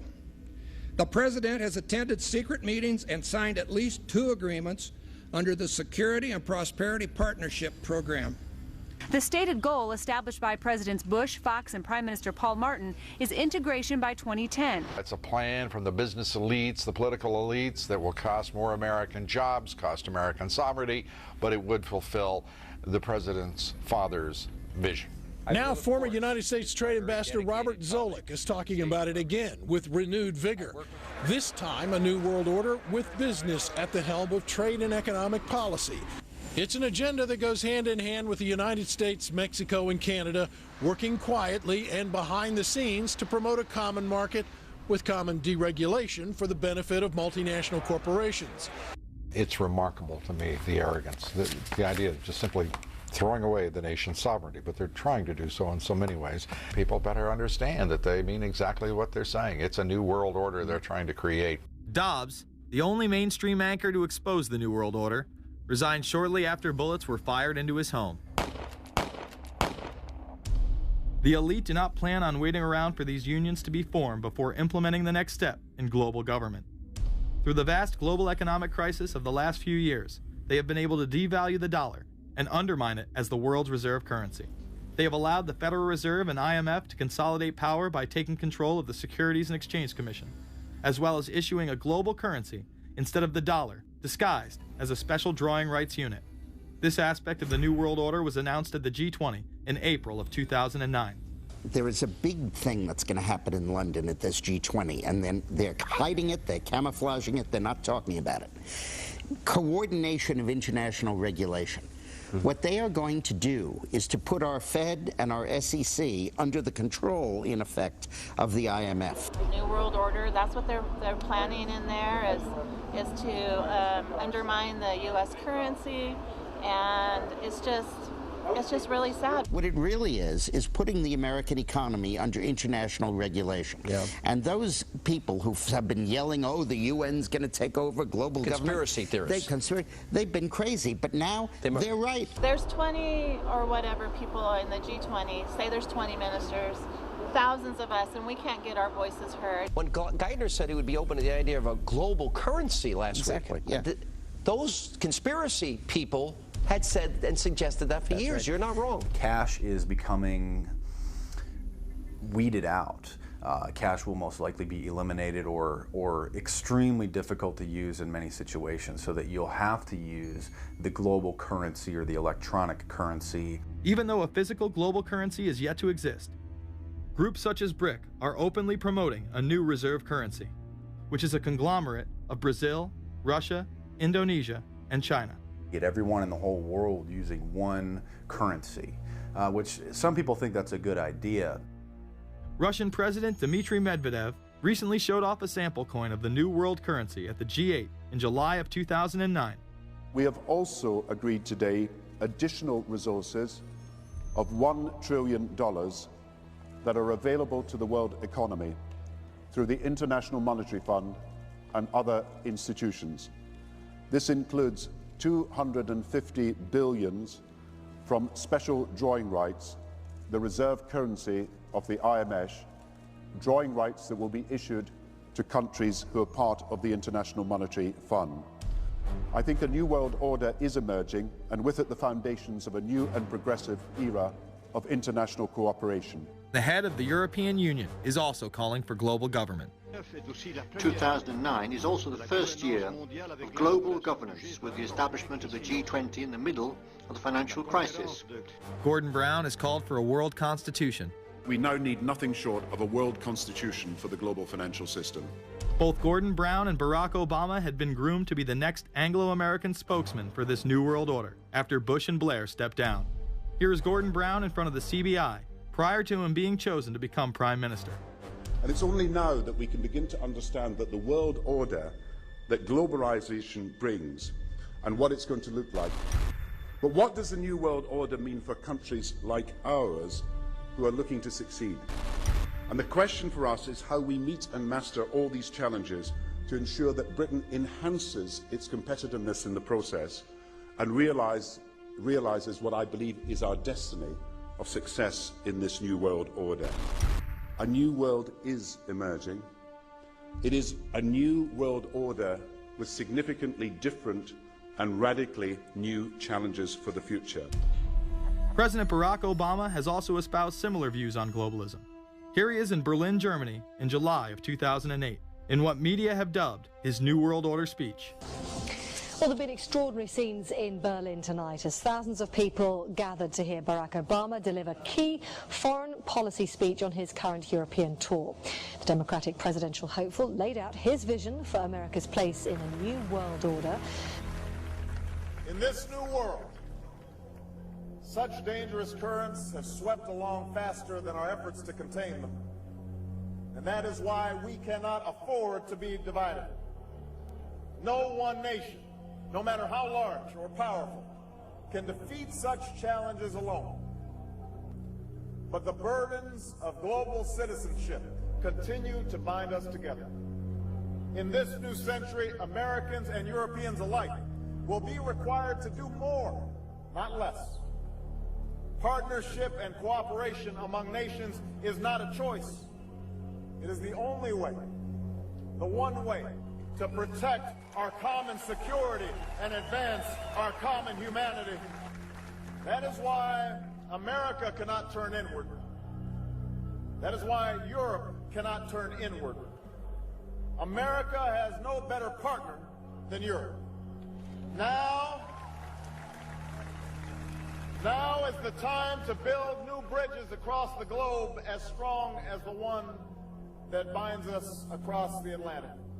Now is the time to join together through constant cooperation and strong institutions and shared sacrifice and a global commitment to progress to meet the challenges of the 21st century. Barack Obama also became the first sitting president to ever become the chair of the Security Council for the United Nations, which only further cites his allegiance to world government. In an era when our destiny is shared, power is no longer a zero-sum game. No one nation can or should try to dominate another nation. No world order that elevates one nation or group of people over another will succeed. No balance of power among nations will hold. The traditional divisions between nations of the South and the North make no sense in an interconnected world. I think his task will be to develop an overall strategy for America in this period when really a new world order can be created. It's a great opportunity. The globalists, who know that Obama is going to promote their plan, want to make him such a superhero that nobody will question what he's doing. He is very much a product of the system that he is now technically in charge of. Obama alone, or the Democrat Party alone, is not responsible for his massive rock star status. It's been done by the media. This establishes that Obama is an unapologetic globalist who holds no one nation above another, despite its policies. Perhaps we should move towards a society more like China if that's the case. After all, on the 60th anniversary of the communist Mao regime takeover, the Empire State Building, once a proud symbol of the United States, was lit in the colors of the Communist Party halfway across the world. In fact, following the United Nations Copenhagen Conference in December of 2009, the Washington Post ran the headline, "Copenhagen Climate Deal Shows New World Order May Be Led by US, China." The Copenhagen Conference was disguised as a summit that would save the planet from man-made global warming by cutting carbon emissions. When taking a look at the almost 200-page document that was being proposed, it becomes evident that this was yet another attempt to establish global government and set up a global tax. In Section 38, it states, "The scheme for the new institutional arrangement under the Convention will be based on three basic pillars: government, facilitative mechanism, and financial mechanism." In Section 47, subsection F, it discusses cap-and-trade schemes and carbon taxes and the use of new and existing flexible carbon market mechanisms. These cap-and-trade schemes were just that, a scheme to further transfer the wealth from the poor to the ultra-rich. One of the ways it will drive the change is through global governance and global agreements. The fact that our president even attended should be considered treason. Just weeks before the conference, ClimateGate hit the media. Secret emails confirm that many of the United Nations lead scientists had engaged in fraud in order to promote the idea that man-made global warming was occurring and that carbon dioxide was a toxic gas. In reality, they admitted the Earth had been cooling for the last decade and that they had destroyed the source data in order to ensure the scientific community would be unable to review their findings. Bill Jones was forced to resign from his position at East Anglia University, and Penn State has launched an investigation into Michael Mann.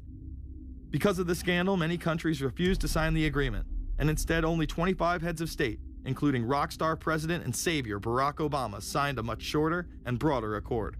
The document states that a high-level panel will be created, and that parties will be subject to domestic auditing, supervision, and assessment. The climate conference in Copenhagen is another step towards the global management of our planet. The idea that carbon dioxide, the life force for plants here on Earth, is a toxic gas and should be taxed is laughable. There have been numerous periods of time in which the Earth has had vastly more carbon in the atmosphere than present day.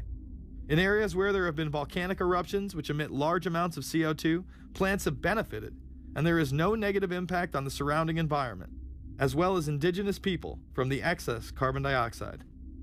The globalists promote this theory to keep mankind in fear, not only for the establishment of a global government and a global carbon tax, but the literal control of the entire planet.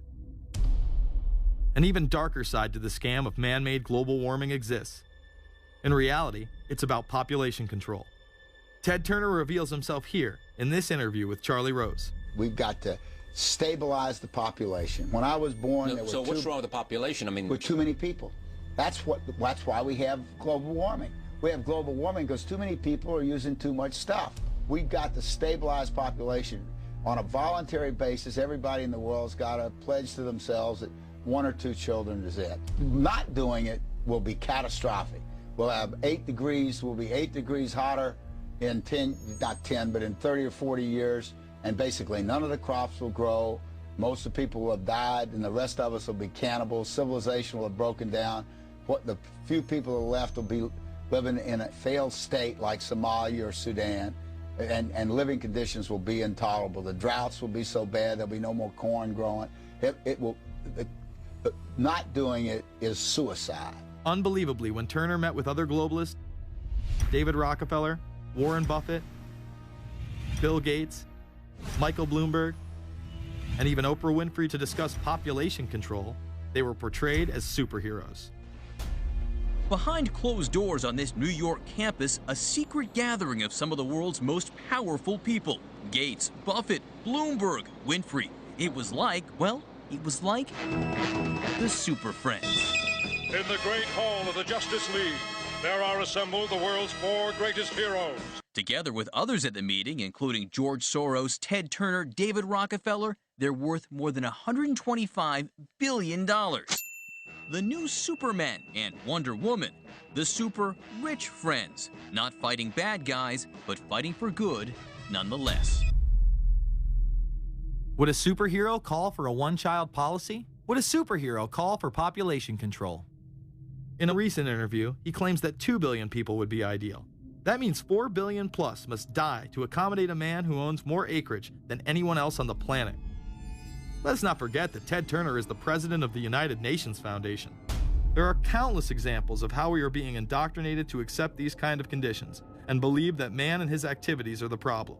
From the promotion of climate cops, we're the carbon cops and we're on the lookout for energy wasters, to phony liberals and conservatives getting together to promote climate change. Hell, let's face it, we're polar opposites. We couldn't be further apart. I'm on the left, and I'm usually right. And we strongly disagree. Except on one issue. Tell them what it is, Reverend Pat. That would be our planet. Taking care of it is extremely important. We all need to work together, liberals and conservatives. So get involved. It's the right thing to do. Now there you go again. The New World Order will stop at nothing to achieve planetary dominance, whether it be assassination, wars based on lies, and even a phony environmental movement.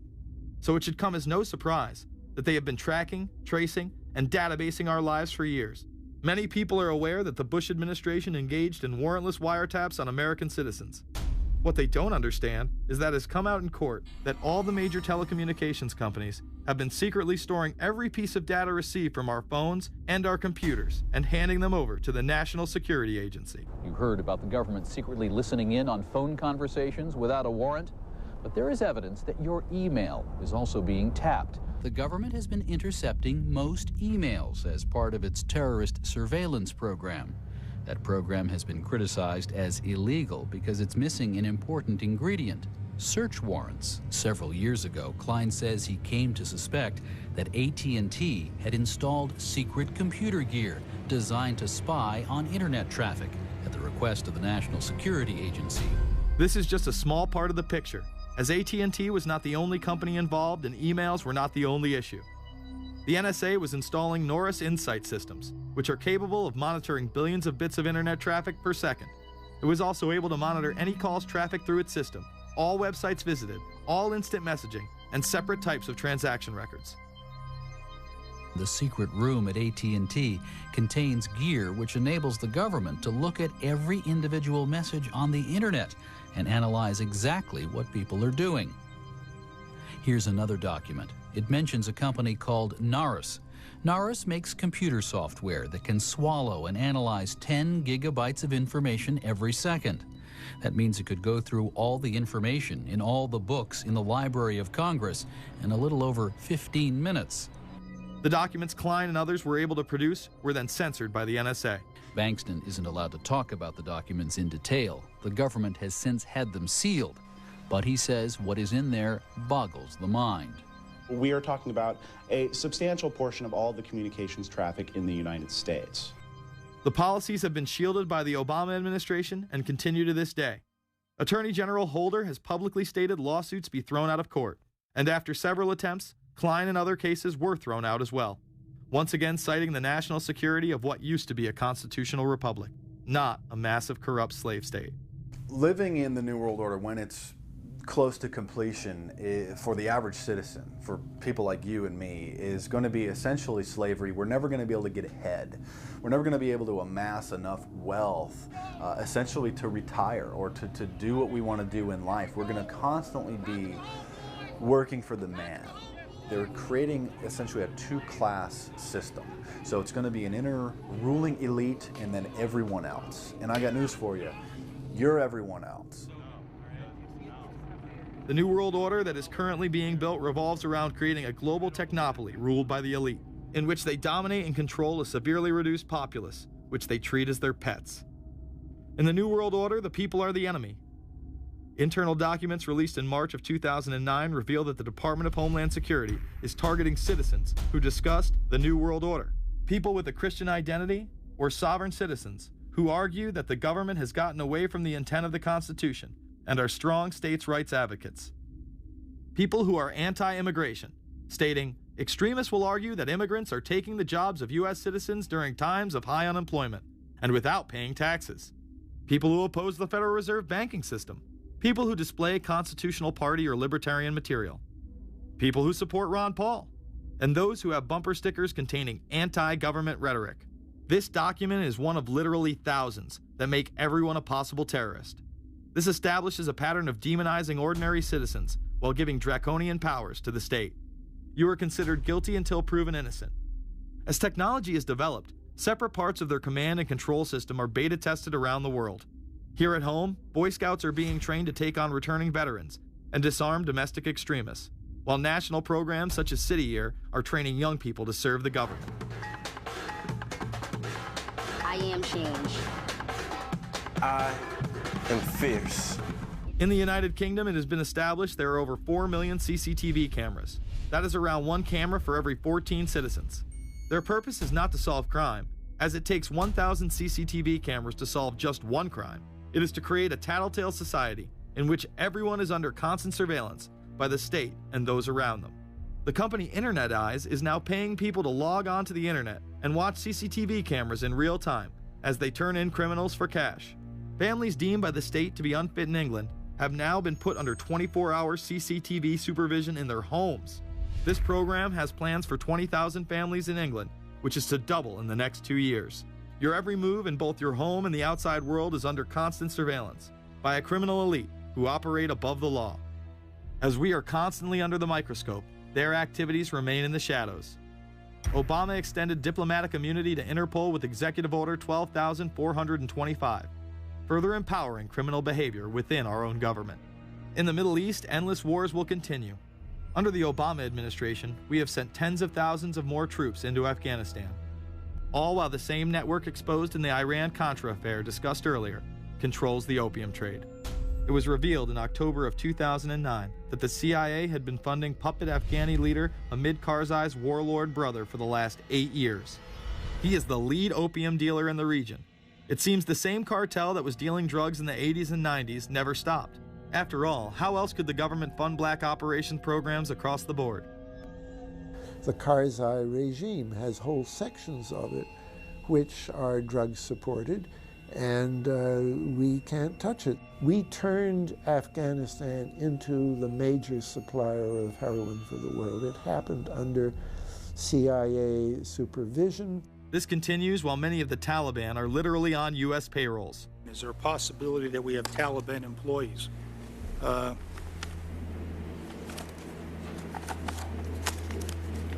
commander in the field, or I should say the COCOM commander, General Petraeus, has made it a conscious effort to, as part of his coin strategy, to hire local nationals. I can't talk in this form, nor am I the qualified guy to talk about it, but there is no doubt in my mind, one day you're on one side of the ledger, the other day you may be on the other side of the ledger. Biometrics have been instituted in both Afghanistan and Iraq, where individuals are subject to fingerprint devices, iris scanners, and electronic databases to screen local residents as well as DNA tests. This includes anyone within the populace of a combat zone. Someone has to go out there with the biometric registration equipment, take your iris scans, take your scans and get you registered in the system like that. As scary and tyrannical as these systems seem to be, none may be as dangerous as the implantable RFID microchip. Through various pretenses, including terror, security, and entertainment, the chip has been promoted and integrated into society. In 2001, following the 9/11 terrorist attacks, the Jacobs family became the first family to be injected with microchips in front of a live television audience. We have a Florida family who are really pioneers in a brave new world. They have volunteered to be the first ever to have microchip identification devices implanted into their body. After 9/11, I was really concerned with the security of my family. In 2004, the FDA approved the use of RFID technology to be implanted into human beings. However, studies dating back to the 1990s show the implantable microchip has been linked to cancer in animals, but this has not slowed the agenda of control. In Barcelona, trendies get chips in order to receive VIP status at the exclusive Baja nightclub. A simple swipe of the arm gets them in without a line, and it pays for their drinks too. The Mexican government also chipped employees for security measures in 2004. We were interested today to hear that more than 100 law enforcement officials in Mexico are having microchips implanted in their arms. The chips allow a person to be scanned, sort of like a cereal box at the supermarket checkout. Mexico's Attorney General and 160 of his deputies have had microchips implanted in their arms. It is to provide access, said the Attorney General, to the right people in exclusive areas. Today, aside from being promoted as a device that can save your life by storing all of your medical information in it, it is being promoted as the next generation tool for video gaming. Sega developer Yu Suzuki plans on developing gaming technology using implantable RFIDs. He states, people that have some sort of chips in their bodies, to be able to keep track of vital signs, so it doesn't have to be a scary thing. But you could put a sensor here, you know, a bit like the Matrix, as he points to his arm. It's not really something only in the future. Some people already have them, chips in their bodies. Suzuki is correct. It has never been easier to order a microchip online and implant it under your skin. Microchips implanted in your hand, arm, or shoulder is just the beginning.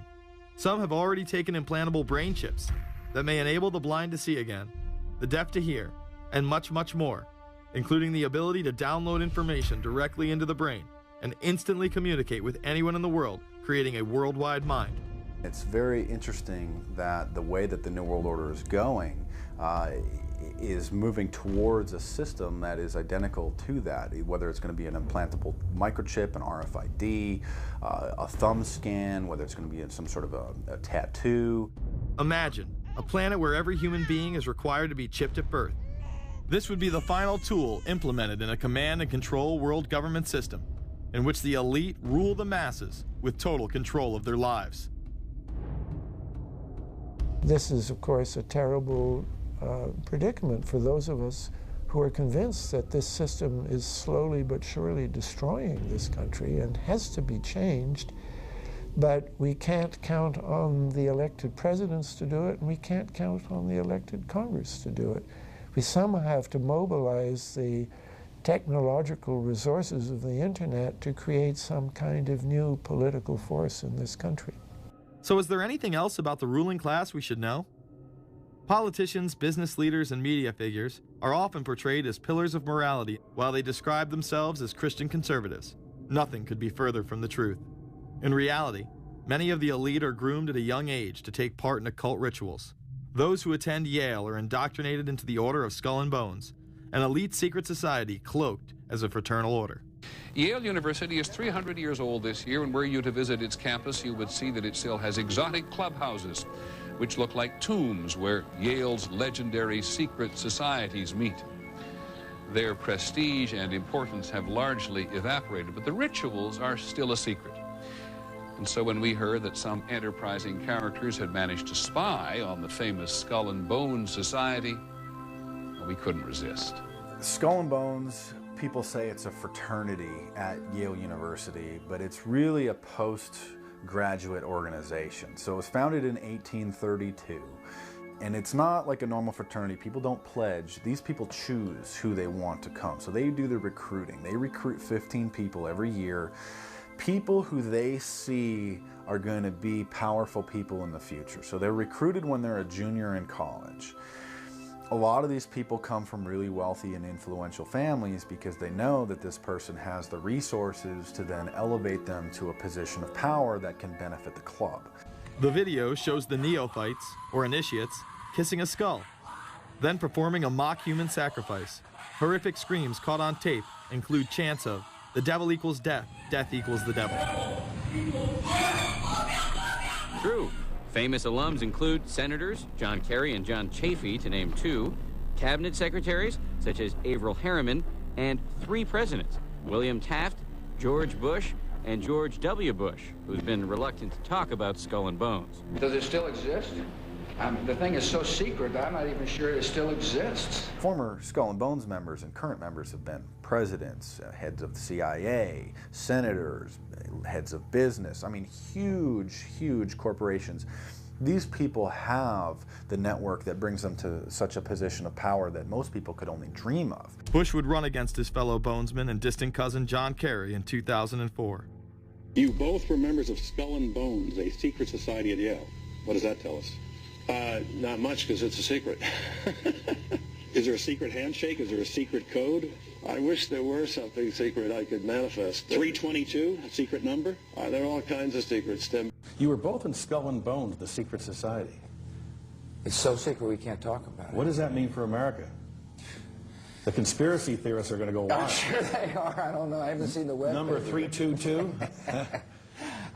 This is an elaborate, occult, ritualistic entry into this group that they are now a member of for life. This culture of death and the occult continues long after college. Later on in life, these pagan rituals carry on in the redwoods of Sonoma, California. And what is the Bohemian Grove? Well, it's a kind of summer camp for the powerful, an all-male gathering in great secrecy. This group was formed in the late 1800s by artists, industrialists, and politicians. Bohemian attendees worship the owl as their deity. The Aztecs, Mayans, and other natives of Mesoamerica considered the owl a symbol of destruction and death. This is why the opening ritual for the club is the cremation of care. During the ritual, the effigy of a baby is rowed across the water by the Grim Reaper and given to a high priest, who then tosses it on a fiery sacrificial altar of a 40-foot owl god. It is an earth-based ritual in which care is burned away. The conscience is symbolically cast aside so that they may ignore the pain they have inflicted on others for the advancement of their own agendas. With this ceremony called the cremation of care, that begins the two-week encampment where the body of dull care, symbolizing woes and concerns, is burned on an altar in front of a big owl statue. When that ceremony ends, they all start to cheer and yell. You have to ask yourself why it is that somebody would want to do that, let alone these elite people. And if you look at the elite throughout history, many of the people that achieve pinnacles of power are into the occult. They seek a supernatural way to gain power. Why are Christian conservatives such as the Bushes and Newt Gingrich attending the Grove? And I recognize I'm not going to be invited to Renaissance Weekend or that Bohemian deal where Newt, Rush, and Dick all sit in a teepee naked beating on tom-toms. Why does the media barely mention the Grove? Because many of them are in attendance. Late political cartoonist Phil Frank of the San Francisco Chronicle draws a reporter thinking about his loyalties to Bohemian Grove as he takes notes for a story. Stories about what happens in these redwoods are hard to come by. A campground statue reminds Bohemians to keep their mouths shut about the Grove. Many world events have been shaped at the Grove, including the creation of the atomic bomb. Discussions at the Grove in the 1930s helped lead to the development of nuclear power and the atomic bomb. Every Republican president since Calvin Coolidge has been a member, as well as many Democrats, including Jimmy Carter.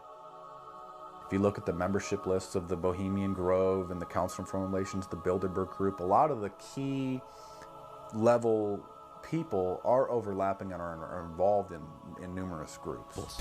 In addition to pagan rituals that take place there, this all-male club also deals with darker themes through the plays Montezuma, which feature Aztec human sacrifice, and Faust, which feature Mephisto. Some of these plays are disturbingly flamboyant. Many of the elitists have a penchant for cross-dressing and singing show tunes. Perhaps that is why much of the all-male staff also happen to be homosexuals. Well, each year, many of them seem to have a stunt or try to come up with a stunt. Last year, in 1980, the popular button was Free the Fortune 500. Bohemian Grove that I attend one time at a time. It is the most faggot goddamn thing you could ever imagine. In 2004, the New York Post reported that gay porn star Chad Savage would be servicing moguls at the Bohemian Grove. In recent years, several politicians have been outed in scandals, including Senator Larry Craig, who tried to solicit sex from an undercover officer in 2007. Even more shocking, it was revealed in 2004 that right-wing blogger James Guckert, who had unprecedented access to the White House during the Iraq War, was actually Jeff Gannon, a madam and male prostitute for MilitaryStuds.com. During his 2 years writing for GOP USA and Talon News, Gannon officially made over 200 appearances at the White House. Oddly enough, over 24 of these visits would take place when there were no scheduled briefings. He failed to check in or out with the Secret Service on many other occasions, coming and going as he pleased. These type of activities are not new to the White House. In 1989, headlines involving callboys in the White House rocked the cover of the Washington Times. The Washington Times reported today that unidentified White House aides in the Carter, Reagan, and Bush administrations now are being investigated for using the services of a callboy ring. The paper reports that 2 of the male prostitutes were given a late-night tour of the White House last year. Hundreds of credit card receipts obtained by the Washington Times confirm that its clients were key officials of the Reagan and Bush administrations, military officers, congressional aides, and U.S. and foreign businessmen with close social ties to Washington's political elite. This ring extended beyond the White House and into Congressman Barney Frank's bedroom. Barney Frank, one of 2 openly homosexual members of Congress, acknowledged having used a male prostitute, whom he then hired as a personal employee. The man had keys to Frank's basement apartment on Capitol Hill. Frank paid him approximately $20,000 out of his own pocket to be his housekeeper and driver. But as first reported in today's Washington Times, the man was on probation for sex crimes and a drug conviction, and he ran a prostitution business out of Frank's home. Although Frank tried to claim ignorance, Stephen Goby, the prostitute in question, claimed that Frank was completely aware of what was going on and was even receiving free and discounted sexual services. The fix seemed to be in. Frank was threatening members of Congress to remain silent prior to being exposed in this sex ring. Massachusetts Democrat Barney Frank, a homosexual, threatened to expose fellow congressmen he knew to be gay unless they stopped spreading rumors. Questions stopped and Frank walked away with a slap on the wrist. Some members of the Ethics Committee were disgusted. Do we tolerate, do we condone a member of this body who knowingly permits a house of prostitution to be operated out of his residence? You have just heard one of the most edited, selective garbage that has ever been put forth, in my opinion, in this House. Again, we see people of the highest levels of power involved in the most repulsive and decadent of crimes. They couldn't care less about the code of conduct that's taught in all major religions about treating others the way that you want to be treated. And then they masquerade, they put this false front on that they're like everybody else, because your average person wants to do right, believes in some sort of a karma, believes in some sort of a divine justice in the universe. And so these people need to put on this front that they're like the average Joe in middle America, that they go to church every once in a while, and that they believe in an afterlife and a divine justice. And so they have to put on this front that they're like everybody else in order to get elected and to be accepted and to not have people look at them suspiciously, because if somebody goes around and openly admits that they were an atheist or that they were some obscure religion, people aren't going to throw their support behind them as much, and they're not going to trust them as easily. The reality of this behavior is never revealed to the public. as the media keeps any revelations quiet. Unfortunately, these type of activities continue to this day. Florida Congressman Mark Foley chaired the House caucus on missing and exploited children and went on television praising Chris Hansen's To Catch a Predator series. The Dateline piece has probably done more than any law we can create. Foley was later caught attempting to have sexual relations with numerous underage pages. Congressman Mark Foley, the man who championed the Child Protection Act of 2006, resigned after inappropriate emails and instant messages surfaced that he sent to former congressional pages. Once more, no charges were even filed. Foley himself has checked into rehab. No one has been charged with any crime. The predator class acts like Roman emperors, indulging in excess that includes sex with young boys while portraying themselves as men of the Lord.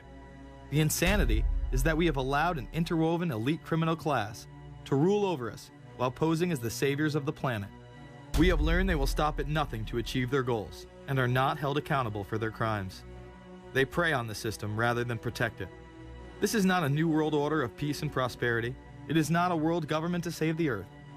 During difficult times, we must remain ever vigilant against seemingly positive solutions imposed to suit their aims. Crises there will continue to be. In meeting them, whether foreign or domestic, great or small, there is a recurring temptation to feel that some spectacular and costly action could become the miraculous solution to all current difficulties. We are threatened by a superclass that control the flow of information and hide technology from the public. The prospect of domination of the nation's scholars by federal employment, project allocations, and the power of money is ever present and is gravely to be regarded. We must also be alert to the equal and opposite danger that public policy could itself become the captive of a scientific, technological elite. It is time to put down the remote control, to turn off your Xbox, and start paying attention. It is time to step away from everyday luxuries and pop culture and take action against a monolithic, concentrated evil in order to save what's left of humanity. We must now trade in our apathy for action in order to defeat this invisible empire.